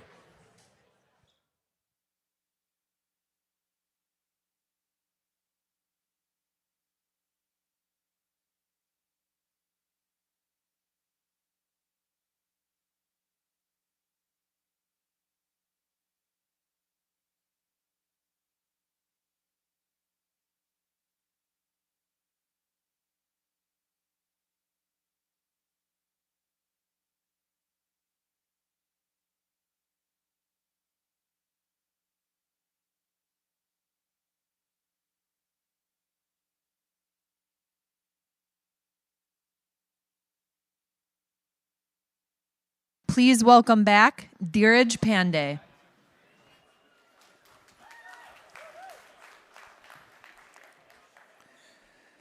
Thank you everyone for being here. And thank you, Vinod. Can we see Vinod now on video? Vinod, can you see us? Okay. Do we have a Zoom link? Yeah? Okay, Vinod, we can see you now. Thank you, Vinod, for really coming on board. It was good to actually meet you a couple of weeks ago. We have quite a bit of a crowd here, Vinod. A lot of our customers and prospects are here. And I don't want to be in the way between you and them. So maybe you start out with a basic question. Tell us about what's top of mind for you. I know you've been seeing a lot, being one of the earliest in OpenAI almost 7 years ago. What's top of mind? Well, top of mind, obviously, by now it's very, very clear how broad the range of impact AI can have. I think, from my point of view, the bigger problem today, especially in enterprise America, is not what AI can do, but in fact, what people believe AI can do. So the humans haven't yet adjusted to the range of capability that's coming. And I think I worry a lot about that. How do you convince people what it can do? And we can talk about that more if you like. There's also this additional thing of adapting AI into your enterprise is not a straightforward job. If you don't know what you're doing or how these models work or how systems work. And so making it successful can vary very dramatically based on the implementation mechanism and more importantly, the people doing the implementation. It's very interesting you mentioned that. It's not the why, because it looks like there's a lot of conviction on the why now, but it's the how and the what. So say more on that. Maybe you can double click on the how, like implementation, what would succeed and what really is failing. So my view is many large enterprises are confusing software development with AI development. In software, we know how to implement, and software comes with a fixed functionality. You buy NetSuite from Oracle or SAP from SAP, and it comes with a manual and specs. And you know what the implementation is, as nasty as it is in those particular cases. In the AI world, first, you can't use the same people. And when people use in-house people to implement many of these, it's people who are not really familiar with the nuances of how AI has to be done to be successful. And it doesn't come with an instruction manual like an SAP system might. So who you use to implement systems is a very big deal, in my view, and very much determines whether you have success or failure. We've seen a number of these stories around so many pilots fail. I think it's for lack of good implementation. And who's doing the implementation? So let's talk about the who. I think there is the role of a developer. I mean, in fact, even the word developer is up for grabs right now with coding agents.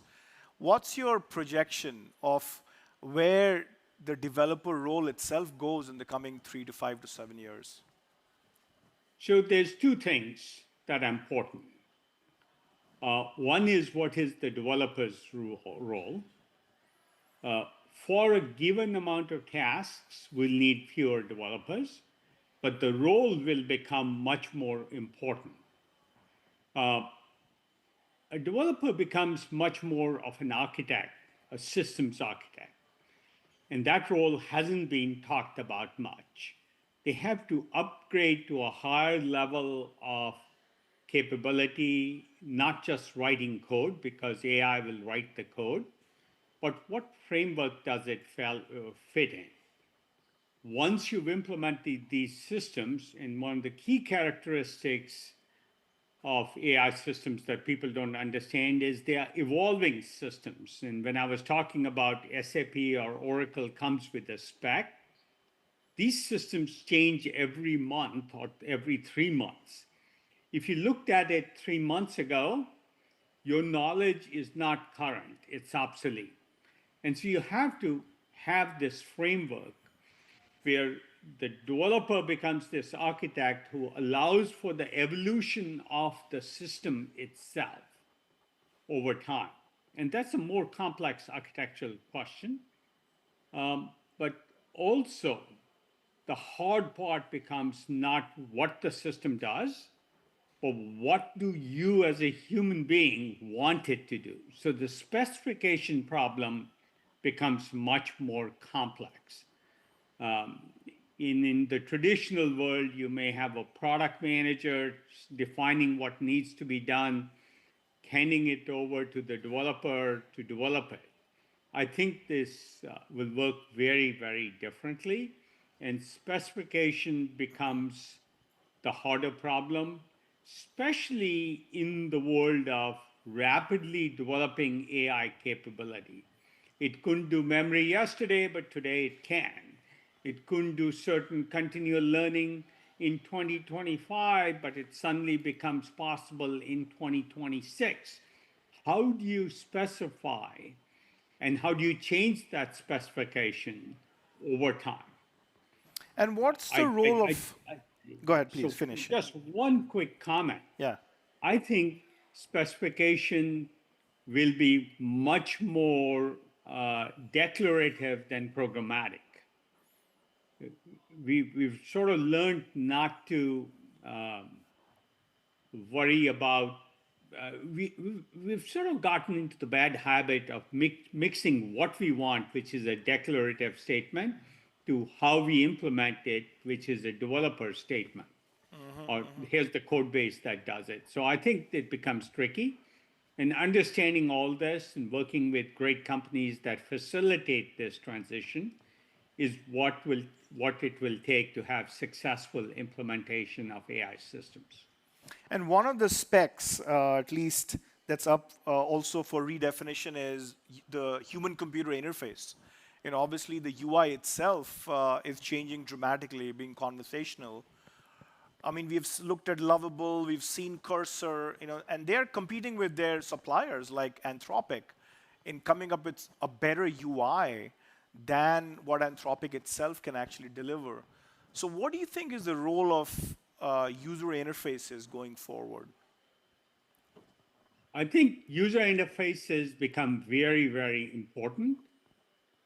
So, but they will have to be radically redefined.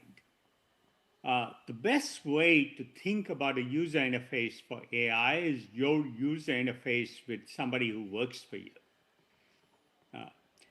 So one simple way I think about AI systems is if every professional in your organization got 5 AI interns, you could hire a fresh accountant from the local community college or get an AI intern to do that.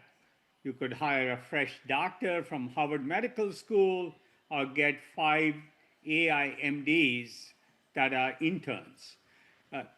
In this internship model is the right way to think about it. And then back to your user interface question, it becomes how do you talk to one of these people, whether it's a human intern or an AI intern? I think that's a very good way to think about it. My bet is it's mostly conversational, though it'll be multimodal conversations. You talked about what AI is capable of doing versus what we think AI is capable to do. Looks like there's a change management issue with society as well. So do you want to say a few words about change itself and how do you manage change?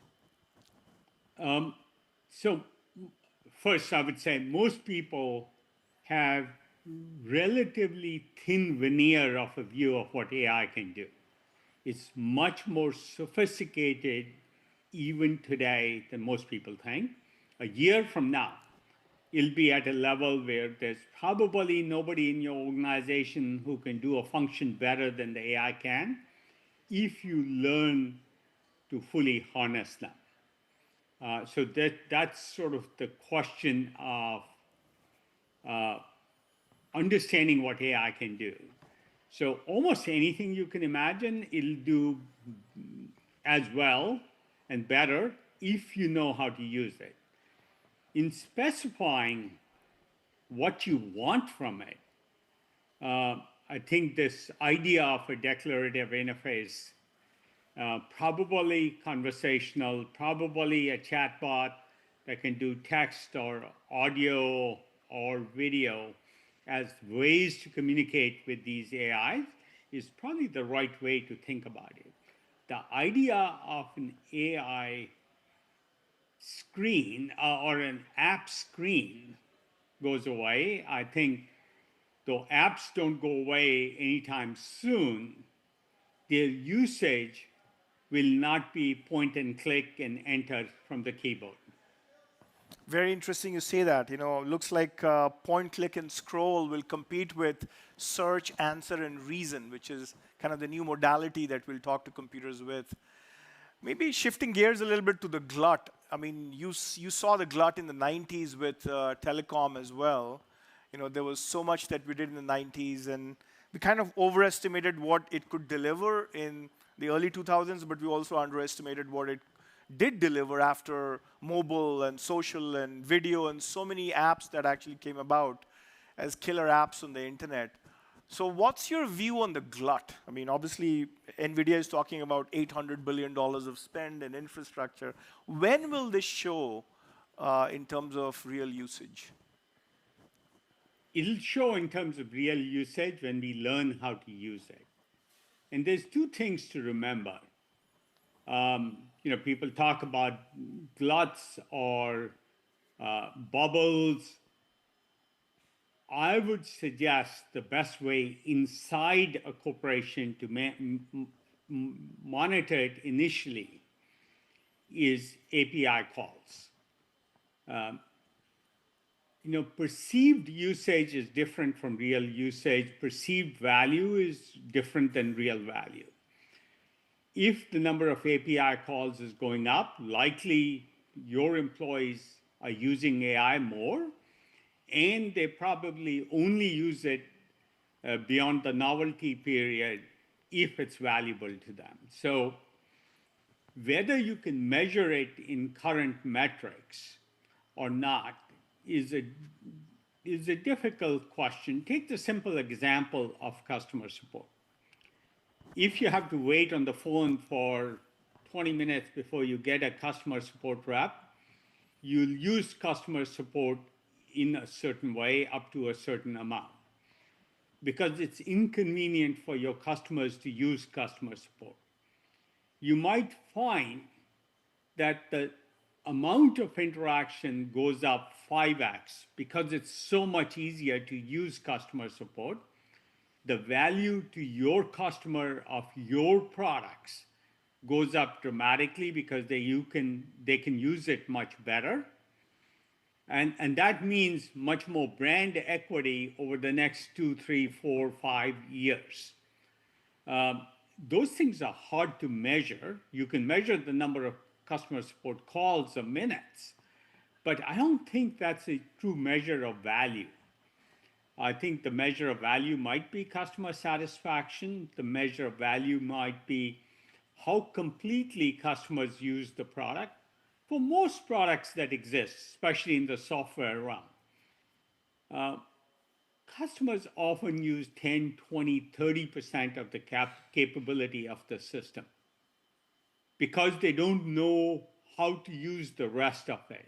Or if they're using a database, like a SQL database, most of them are performing at 30% of its capability, the benchmarks you see. Mm-hmm. If a customer can, and it may be too complex for a customer unless an AI handholds them into getting more out of it. So there's so many examples of value delivered that isn't measured today. So I do think people will have to reconsider the metrics they use to measure value. You're saying rather than do activities or measure just activities, you'll have to look at value creation as a way to really think about the investment.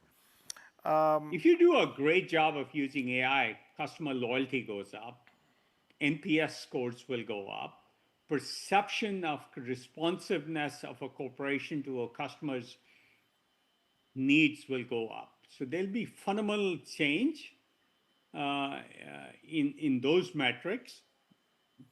Yeah. Or you might just gate the number of calls somebody can make, and I think that'd be a poor use of AI.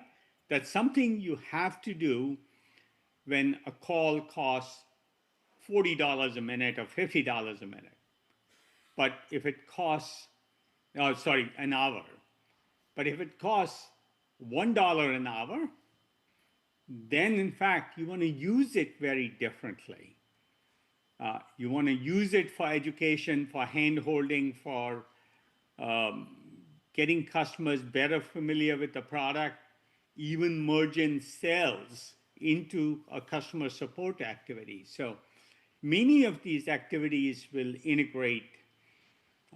My favorite example is I was talking to a company which is about $150 million ARR company, and they went from an old style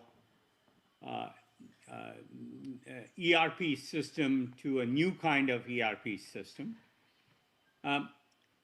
Result, they went to only one employee running all of accounting, just a controller for a $150 million run rate company. And they get to see approximate close pretty much on a daily basis, as opposed to waiting till the end of the quarter because the AI is doing the accruals, it's doing the adjustments. Not everything can be done that way, but it's anticipating every bill, every PO that went out, every bill that might get come back to you over some time, and you can accrue. So you can do much more with AI. I think in the case of DevRev, even the role definition of roles may change to get 5x the productivity out of the same people. Yeah, makes a lot of sense. In fact, I was just thinking about the productivity of a frontier model. You talked about productivity of people, but there's also productivity of AI itself. You're an investor, very early investor in OpenAI. I'm sure you have a certain 2018. Yeah, 2018. Now you're showing off. In fact, 2020 asked just talking about how foolish I was back then. 2020 you asked me about GPT. Bet in any way. Yeah, no, I remember 2020 you asked me, have you heard of GPT? And I'm like, no. It's like, well, go read. And that's when I started reading a little bit as well. Frontier models versus post-DeepSeek, this idea of post-training. and supervised fine-tuning, reinforcement learning. What's your take between very, very large models and doing prompt engineering on them versus fine-tuning using RL? The general comment I would make is we're near the end of the beginning of AI, not even in the middle of AI. The models, their capabilities, the configurations we use them will all change. For example, I think there'll be many versions of these models, whether they're distillations of large models or specialty small models. It depends on the task you're doing. Things like query routing or prompt routing, there's a product called Open Router, which is a beginning poor example of where this will go. But routing prompts will be a big thing. Model merges will be a big thing, where you have a collection of models. You know, I've long believed human intelligence isn't one thing. Some people are much more creative. Some people are much more analytical, some more oriented towards detail. So there's, in fact, in education, originally 6 types of human intelligences were defined. That's been increased to 9. AI systems will have types of intelligences, and then things like using different models for different purposes and having an orchestrator for models and model merge, more technically as the term is used in the AI world, will become very, very important. Model routing or query routing, those will all become important, and we're just beginning there. And that's part of what I meant. You have to have the right architecture to use these systems, as what you have even 2 years from now is going to be so different than what you have today. And you compare it to IT systems, you buy this large piece of software, it may take 2 years to implement that. While in the AI world, there's a 5x difference in capability over those 2 years, and you want to evolve. So it's a very different approach to how you introduce systems, and many of the gut instincts, even the qualifications or testing instincts, are going to be wrong. You know, just the notion of committees to evaluate AI performance or safety or triage or other capabilities are old ways to do it. We'll have to do it in a new way. You talked about mixture of experts, and obviously the velocity at which things are changing. Any final words for the audience? I know we didn't take questions because we didn't have as much time, but any final words before we sign off? I would say the biggest thing people can do is not build a plan. I like to say, in a world where things are changing rapidly, long-term plans are almost always wrong. So if you plan to plan and replan every 3 months and have an architecture for thinking and decision-making, where you plan to evolve your thinking because you don't know what capability shows up. Does GPT show up, 6 show up in January? And does it have very different reasoning capability or multimodal capability, or does it show up a year later? These things are hard to predict. So planning to plan is a much better strategy, which means you do directional methods to adapt these technologies. It's very, very important to change methodology internally, and most importantly, change culture to an AI culture. And maybe I'll spend a minute on how to change culture, but this different approach, because you're not buying a product, you're buying the squishy thing which keeps changing, and you want to use it better than any of your competitors, and they have the same quandary. So that's very, very important to realize and build into your planning. Last word would be on culture. How do you change the culture of a company? I think it's very, very important every single employee have access to AI. Not this person needs this kind of agent. Just broadly make them believe AI is changing the world, which at the abstract level people get, at the specific level, they don't. And if they can use AI, and I encourage every CEO to give every employee ChatGPT at a level even for personal use. I designed my garden with AI, with ChatGPT, with a simple problem. And no landscaper I've ever hired has been able to do this. I want the right flowers at the right height, staggered this way, different colors at different times of the year. I never want it to be barren. That's a complex problem among the 1,000 different plants I could plant in my garden. If every one of your employees has a use case personally and go, wow, it can do this for me, and even sharing of these use cases between employees, if they do it personally and have 5 wow moments, they will become believers in AI and they will start to use it much more effectively at work. Beautifully said, Vinod. I'm trying that with my children and homeworks as well, so we'll see what imagination means for them and whether the school really slaps them or rewards them, Up until now, schools have actually been slapping them for using anything that is AI. But thank you for this final words. We talked a lot about planning, like models, like humans. I think we know about the best organizations plan well, just like the best models plan well. And finally, imagination. How do we actually make our employees' imagination really imagine well?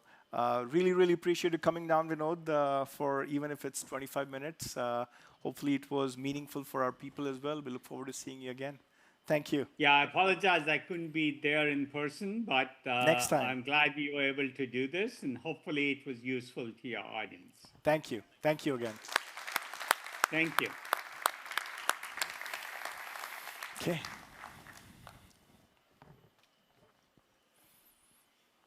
With that, Molly, where is Molly when I look for Molly? Is Molly around? Okay, I need to make the announcement myself. So our next guest is an old friend. He actually has been a CEO of MongoDB for the last 12 years, I guess? 11 years. Dave Ittycheria, please come and welcome aboard. Thank you for really Thank you. Spending a little bit of time. I know, Dave, you had a board meeting today. So looks like you actually were able to find some time for this audience, and we're grateful for that as well. Thank you for having me. It's good to be here. And I know you're a local New Yorker. I am. I live in Tribeca. For the last, 20 years or more?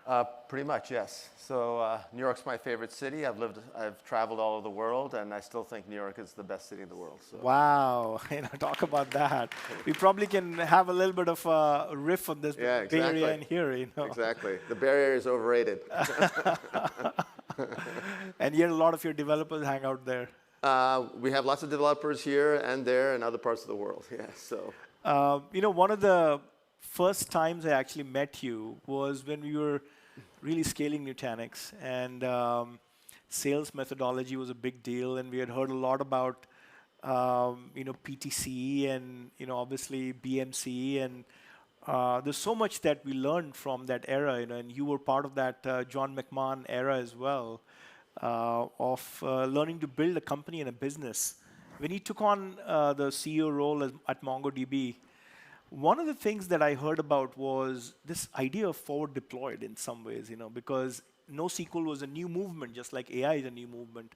Say more on how you really navigated some of the early days at Mongo. Yeah, so let me go back a little bit. So being an engineer, I grew up in a world that's obviously very different now, but I grew up in a world where the best technology didn't always win, because most of the competitors at that time were large tech companies who had tremendous account control. And so it was very hard to break in. So my philosophy was I had to build a great product. Obviously, that's non-negotiable. But I also had to build a great distribution channel so that they could really pierce those walls and those kind of those moats that they had created around these customers. And that through that, that's how we'd really break through. And when I started my first company, Blade Logic, technically it was my second company, I basically tried to figure out what was the best software sales organization in the world, and it was a company called PTC. I ended up recruiting the old chairman and CEO to my board. He helped me recruit a guy named John McMahon, who some of you may know is a legend in the sales, ended up being our CRO, and we really scaled that business. And then BMC acquired us, and we scaled it faster. And then through Blade Logic, there was probably about 40 people who became CROs of some very well-known companies, even companies today like Wiz or Zscaler or AppDynamics, obviously Mongo, and Datadog, and a bunch of other companies. And what's common about them? Is it planning, the best planners? No, I would say it's really more a methodology where a lot of people treat sales as an art, and they've really broken it down to a science. And essentially how you basically hire someone, how you develop them, how you build a sales process, how you actually scale the sales organization, how you do territory planning, et cetera, can be truly a science. And too many organizations, I think, just throw people, hire a bunch of people, give them a little bit of product training, and then hope for the best.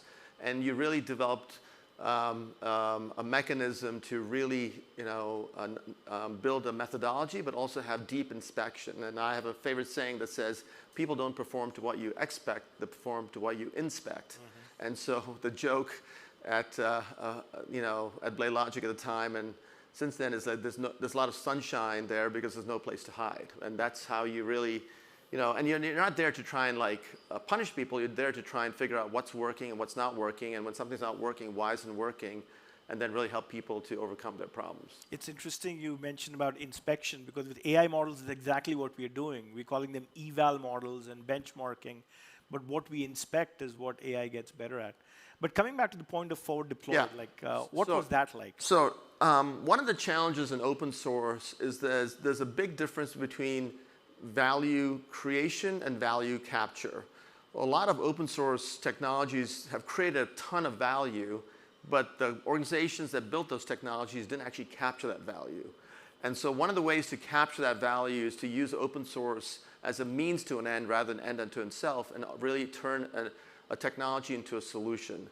So we felt very important early on that you can't just hand someone a toolkit. You actually have to build them a solution. And so having people who really understood how to code, who understood how to map what the customer is trying to do, what existing technologies they had in their own enterprise, and how we could come in and help solve those problems was very, very important, especially with a new technology. We're called a NoSQL database, which I actually hate, and maybe I'll tell you why, but it was a new category, and so a lot of people were a little skittish. I'm not going to trust my data to this new fangled platform. So how do you get people comfortable with a very novel way of organizing and working with data? How do you get comfortable with knowing how to ensure that the data is at the right place at the right time? And then you have things like performance and latency and security that you have to deal with. And so we really had to deploy very, very senior engineer types and the customer location to really get them to really get meaningful value out of our platform. Again, with the mindset that we can't walk away just handing them a toolkit. We have to actually give them an end solution. 2014, WireTiger. Yes. We talk about quality of engines. There was a little taste about WireTiger, which also changed the trajectory of MongoDB as well. Correct. So engines matter. Say a little bit more about that engine. So you're getting very geeky. You talk about engines. Yeah. So maybe I'll abstract this a little bit. So every database has what's called a storage engine, and that's how it writes and reads information from whatever medium, obviously memory or disk, et cetera. And we had built our own storage engine, but one of the knocks at our own storage engine was that it was great for read performance, but not so great for write performance. And we knew that for us to scale to be a truly mission critical platform and serve like big banks like Goldman and JP Morgan and other demanding and sophisticated customers, we had to solve that problem. We organically tried to rewrite our storage engine, but then we ran into the folks at Wired Tiger who were ex-Berkeley DB guys. They had built their own storage engine, and they were basically licensing their storage engine. But again, here's an example of a really interesting technology, but more of a toolkit than an end solution. And we felt like, boy, if we could take that storage engine and be the default engine for MongoDB, that would change the trajectory of our architecture. And that's what we did. I literally acquired the company within 6 months of being CEO. And the company is very distributed. There are people in Boston, there are people in Australia, and there are people in other parts of the world. But it was an important enough technology, and it was a very strong technical team that we did that. And those people stayed for 8, 10 years and really helped us build the business. And that took a big objection off the table for people to use MongoDB. Taste matters, for sure. Why do you hate the word NoSQL? Say more on that.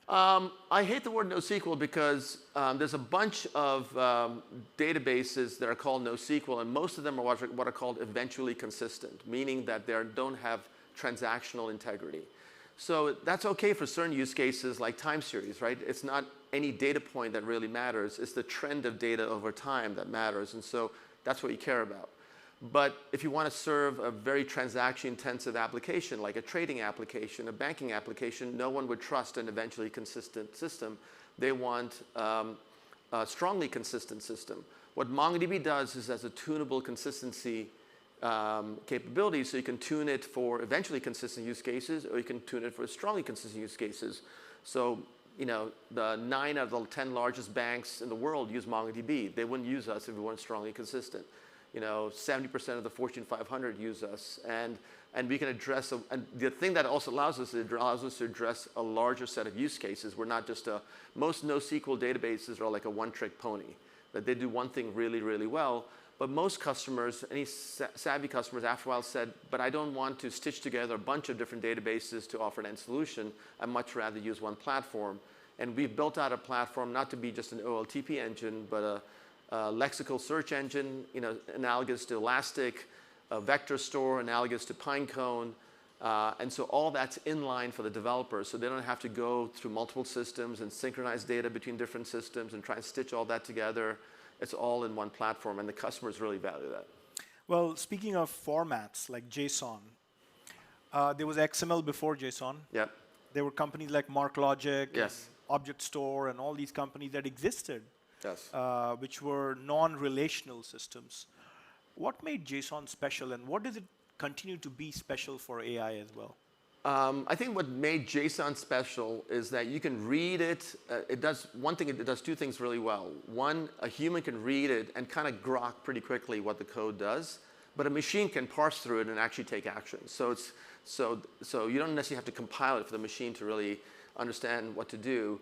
But the really valuable part of JSON is that it really models the complicated nature of the real world, how messy it is, how interdependent it is, the nested relationships between data, the constantly evolving nature of data.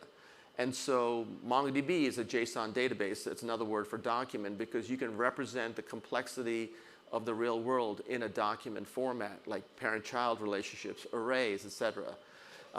Unstructured data. 70% of the world's data is unstructured, and to try and superimpose the modern world into an architecture that was designed in the 1970s, where data was very uniform and predictable, doesn't make sense anymore.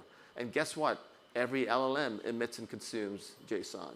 MCP, this new technology, enables people to speak to LLMs and extract and used information, is built on JSON. So you're basically seeing the world gravitate to JSON, and given our aspirations to kind of be the memory and state layer for how people build AI applications, we think we're well suited to do that.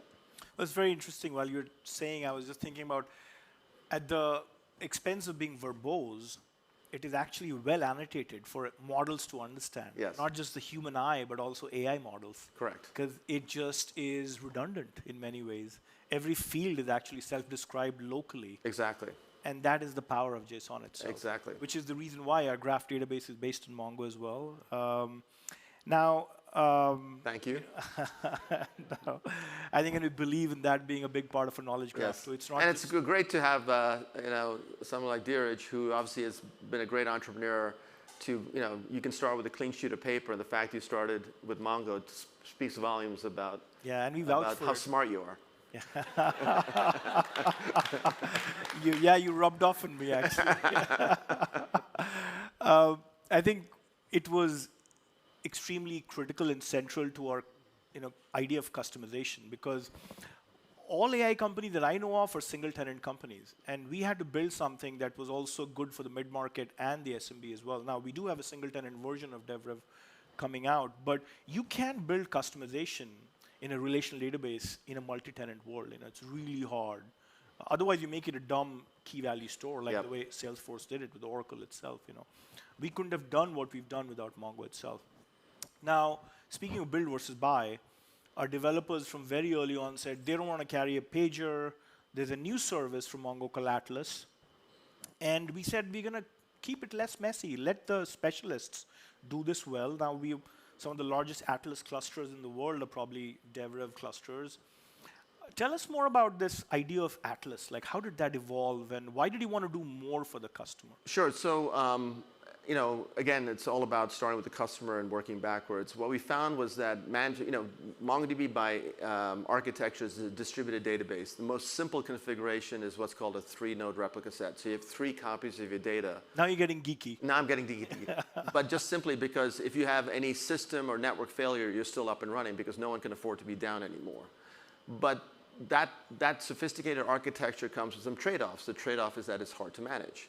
You have to basically have a very sophisticated DBA and DevRev, SRE team. By the way, DevRev is an amazing name. You like it? Wow. What do you think of computer, by the way? DevRev's computer? Do you like it too? Yeah, I guess. Okay, we're going to come and sell it to you then. Okay, absolutely. So what we realized was that one of the things that limited our ability to grow an account was the operational chops of that organization. Do they have the SRE or the operational expertise to manage this very sophisticated distributed database? And then we said, Amazon had already basically conditioned the market, said customers are willing to basically pay for a database as a service, so buy infrastructure as a service. So we said, why don't we launch Atlas, which is basically our database as a service. Now, when we did that, a lot of people laughed at us. They said, you guys are going to be toast. Amazon's going to eat you for lunch, and they're already warming up the barbecue. It's going to be over before you even know it. But we felt like we had a very unique proposition. We knew how popular MongoDB was, and we just took that friction away from using MongoDB. The adoption rates would just skyrocket, and that's essentially what happened. When I took the company public in 2017, Atlas was 2% of our revenue. Today, it's 74% of our revenue. Wow. So, talk about transformation. So we're roughly a $2.5 billion revenue company, and when we went public, we had just done trailing 100 million revenue. So we grew the business. Awesome. Well, speaking of AI, as an operator, tell us about the trials and tribulations, the frustrations of a CEO, and when you wake up, like, how do you transform it to a company that could be looking young again and still with a ton of AI as well, Well, I always find, I guess I'm old enough where I always find, like, I'm a little cynical about technology hype. I've seen lots of technologies come and go. And the pattern I see is that people always overestimate the impact of a technology in the short term, but underestimate in the long term. Like, if you go back in history, between the steam engines, electricity, obviously the transistor and all that, it took a long time for when those technologies were created to someone actually having practical use in their life. Even the internet, I remember I was part of a public company, a cool internet company in 1999, in the good old days when you needed a few slides and a good story to go public, and a website. And a website.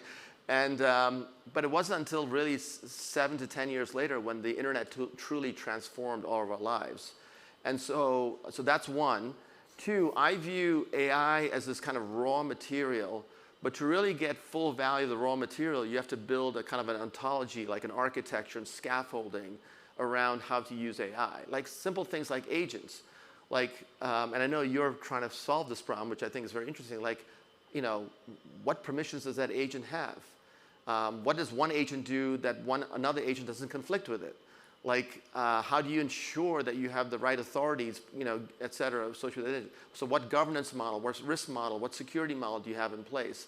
That doesn't just come out of the box, when you just kind of start using some, small niche technology. So, and a large enterprise is very nervous about this thing called hallucinations. Like, we have lots of financial services and healthcare customers who are very nervous about exposing AI to their end customers, because the last thing they want is someone making a trade or making an investment decision based on some recommendation from AI, and then it turns out that that recommendation was flawed. And then how do you, when you use AI or an agentic platform rather than a workflow, it's all about the outcome. How do you know if you actually achieve that outcome? Can you trace and audit what that agent did to get to that outcome? And if it didn't happen, how do you basically reverse engineer and say what went wrong? All that needs to be put together as part of an agentic platform. And I think a lot of people just kind of assume agents will take over the world and white-collar jobs are all disappearing. And I'm not in that camp. That's why I didn't ask Vinod about that question, because I would have trolled him on that. Yeah. If I'd asked him about our jobs, he's like, yeah, all jobs are gone. Yeah. Authentic leadership. You've been one of the most authentic leaders that I know of, who's a public company CEO as well. Stayed humble, grounded. There's a lot of leaders out here in the crowd. Talk about your own evolution in the last 15, 20 years, and how you really took over from just being a functional leader to being a company leader to now being really an industry leader. Well, you're very kind. What I would say is the epiphany I had, everyone has to be the first time at whatever role they got. First-time manager, first-time manager of managers, first-time VP, a first-time C-level executive, or a first-time CEO. And I remember I went through a lot of imposter syndrome in terms of when I became a CEO the first time. And I thought I had to have the answer to everything, a product, technology, sales, marketing. And I had to have my imprint and everything, because I was so insecure that someone would basically realize the emperor has no clothes. I wanted to kind of overwork and have an answer for everyone. And what I realized was I was actually creating a lot of dysfunction. And it was just simply impossible for me to kind of be an effective leader behaving that way.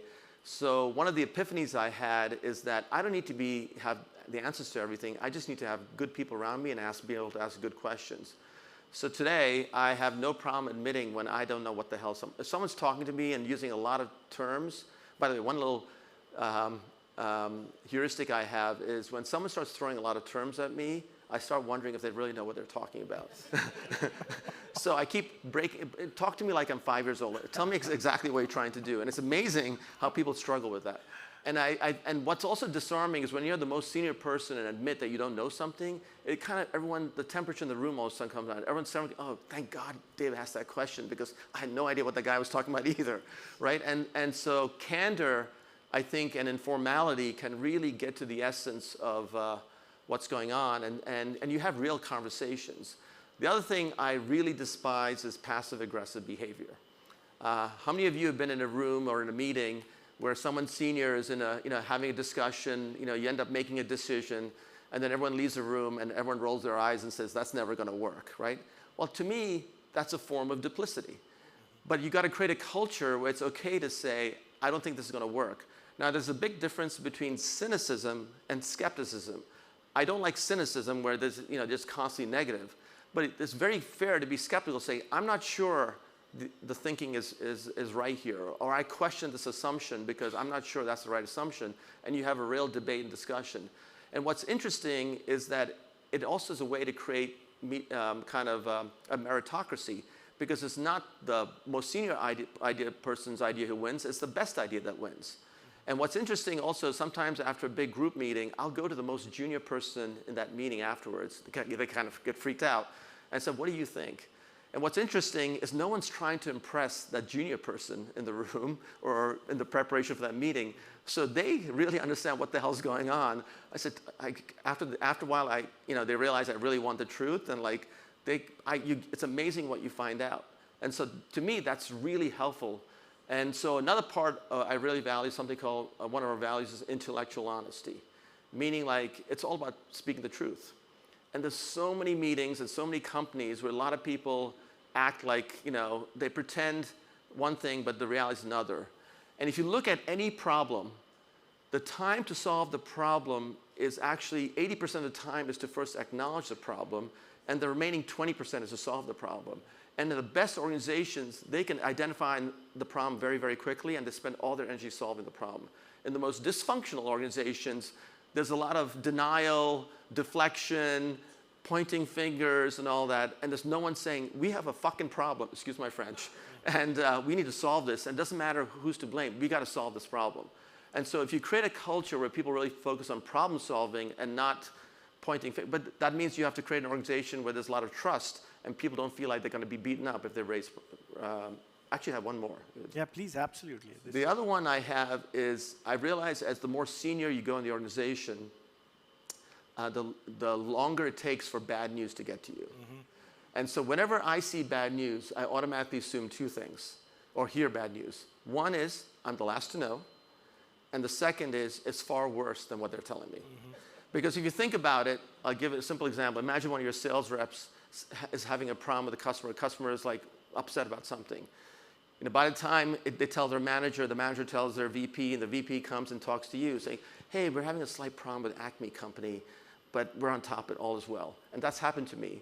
Then 3 months later, Acme Company churns, and you're like, WTF, what the hell happened? Right? Because as bad news travels up the organization, it gets increasingly filtered, so all the sharp edges of that information gets dulled off, and you get a very anodyne kind of perspective.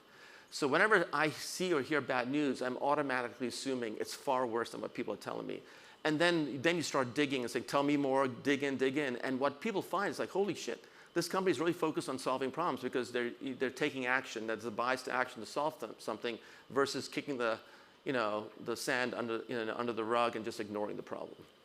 Well, this is real conversations. Real conversation, yes. I think with that, such an authentic conversation with you as well, Dave. Hope you can stay around like just for another 15, 20 minutes. Sure, I guess. absolutely. Yeah, so people please come and mingle with him and talk to him and ask him questions and have some real conversations. Thank you again. Thank you so much. It's great to be here. He's a great guy. Thank you. Thank you. And we are on time, by the way. We saved 40 seconds. Thank you again. Okay. I'm here. Oh, you were looking for me. Here I am. All right, we're going to close it out, you and I. Yeah. So I thought we should start with just some of your final observations, big takeaways from the day. The real one is what Dave, and this is not a recency bias, I feel like the word is real conversations. And real conversations with people, but also real conversations with machine. Like, what does it mean to make it real, talking to a machine as well? I think that, to me, is at the core of authenticity, And if we can actually have that, and we can let AI do that as well, nothing like it. What about you? What do you think was the highlight? Yeah, I think that vision of this agentic teammate being an authentic teammate and transforming the way we all collaborate together. I love to see the multiplayer experience. We've all been excited for that. Is one of the things that I think is going to unlock that opportunity rather than this fear of what AI might do to our organization. What about this unconference? Say more on that. Yes. This intimacy, this collaboration, this idea of not being on a stage and on a raised platform. And who's been to a conference like this recently? Yeah. I was going to say, let's give it up for the team. I actually have a list here I want to call out. Yeah. Absolutely beautiful, if I do say so myself. And so we have a few people we need to thank for that, don't we? Yeah, absolutely. All right, so here's the list. Sorry for all of you to have to hear a few names, but we have to call this out because I think it's so special. So go fast so that nobody can poach them. Oh, okay, right, yeah. Maybe I should use nicknames or something, right? All right, Achala, Chris, Lisa, Sanjay, Brenna, Barry. Amazing pulling off this event. Ooh. Okay. Then when you think about the design, the presentations, how it all comes together, Yash, Eric, Chris, Anirudh, Abhinav, Aditi, Shashank, Chris Nako, Dhruv, Magna, Pooja, Sahil, Rajat, Shubham, and Ribu. Amazing. Wow. Thank you. Thank you, thank you, thank you. Amazing. All right. I have just a couple more. I want to thank our customers who have come from far and wide. Yes, big applause to all of our customers that are here. I mean, we have people from Australia, from Amsterdam, like all over the world, San Francisco. It's just amazing. Thank you for coming.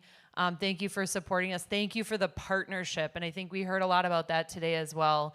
And it's something we believe so deeply in, right? Is like we are truly partnering. I think Steve said it really, really well earlier.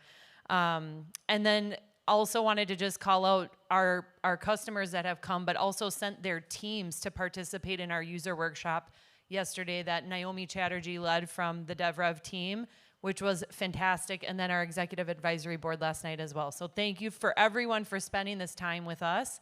We hope you really took something amazing away from it. Any last things from you? Well, let's have real conversations after this too. Let's do it. Thank you again, Let's Molly. talk. Thank you. Thank you, everyone. Thank you.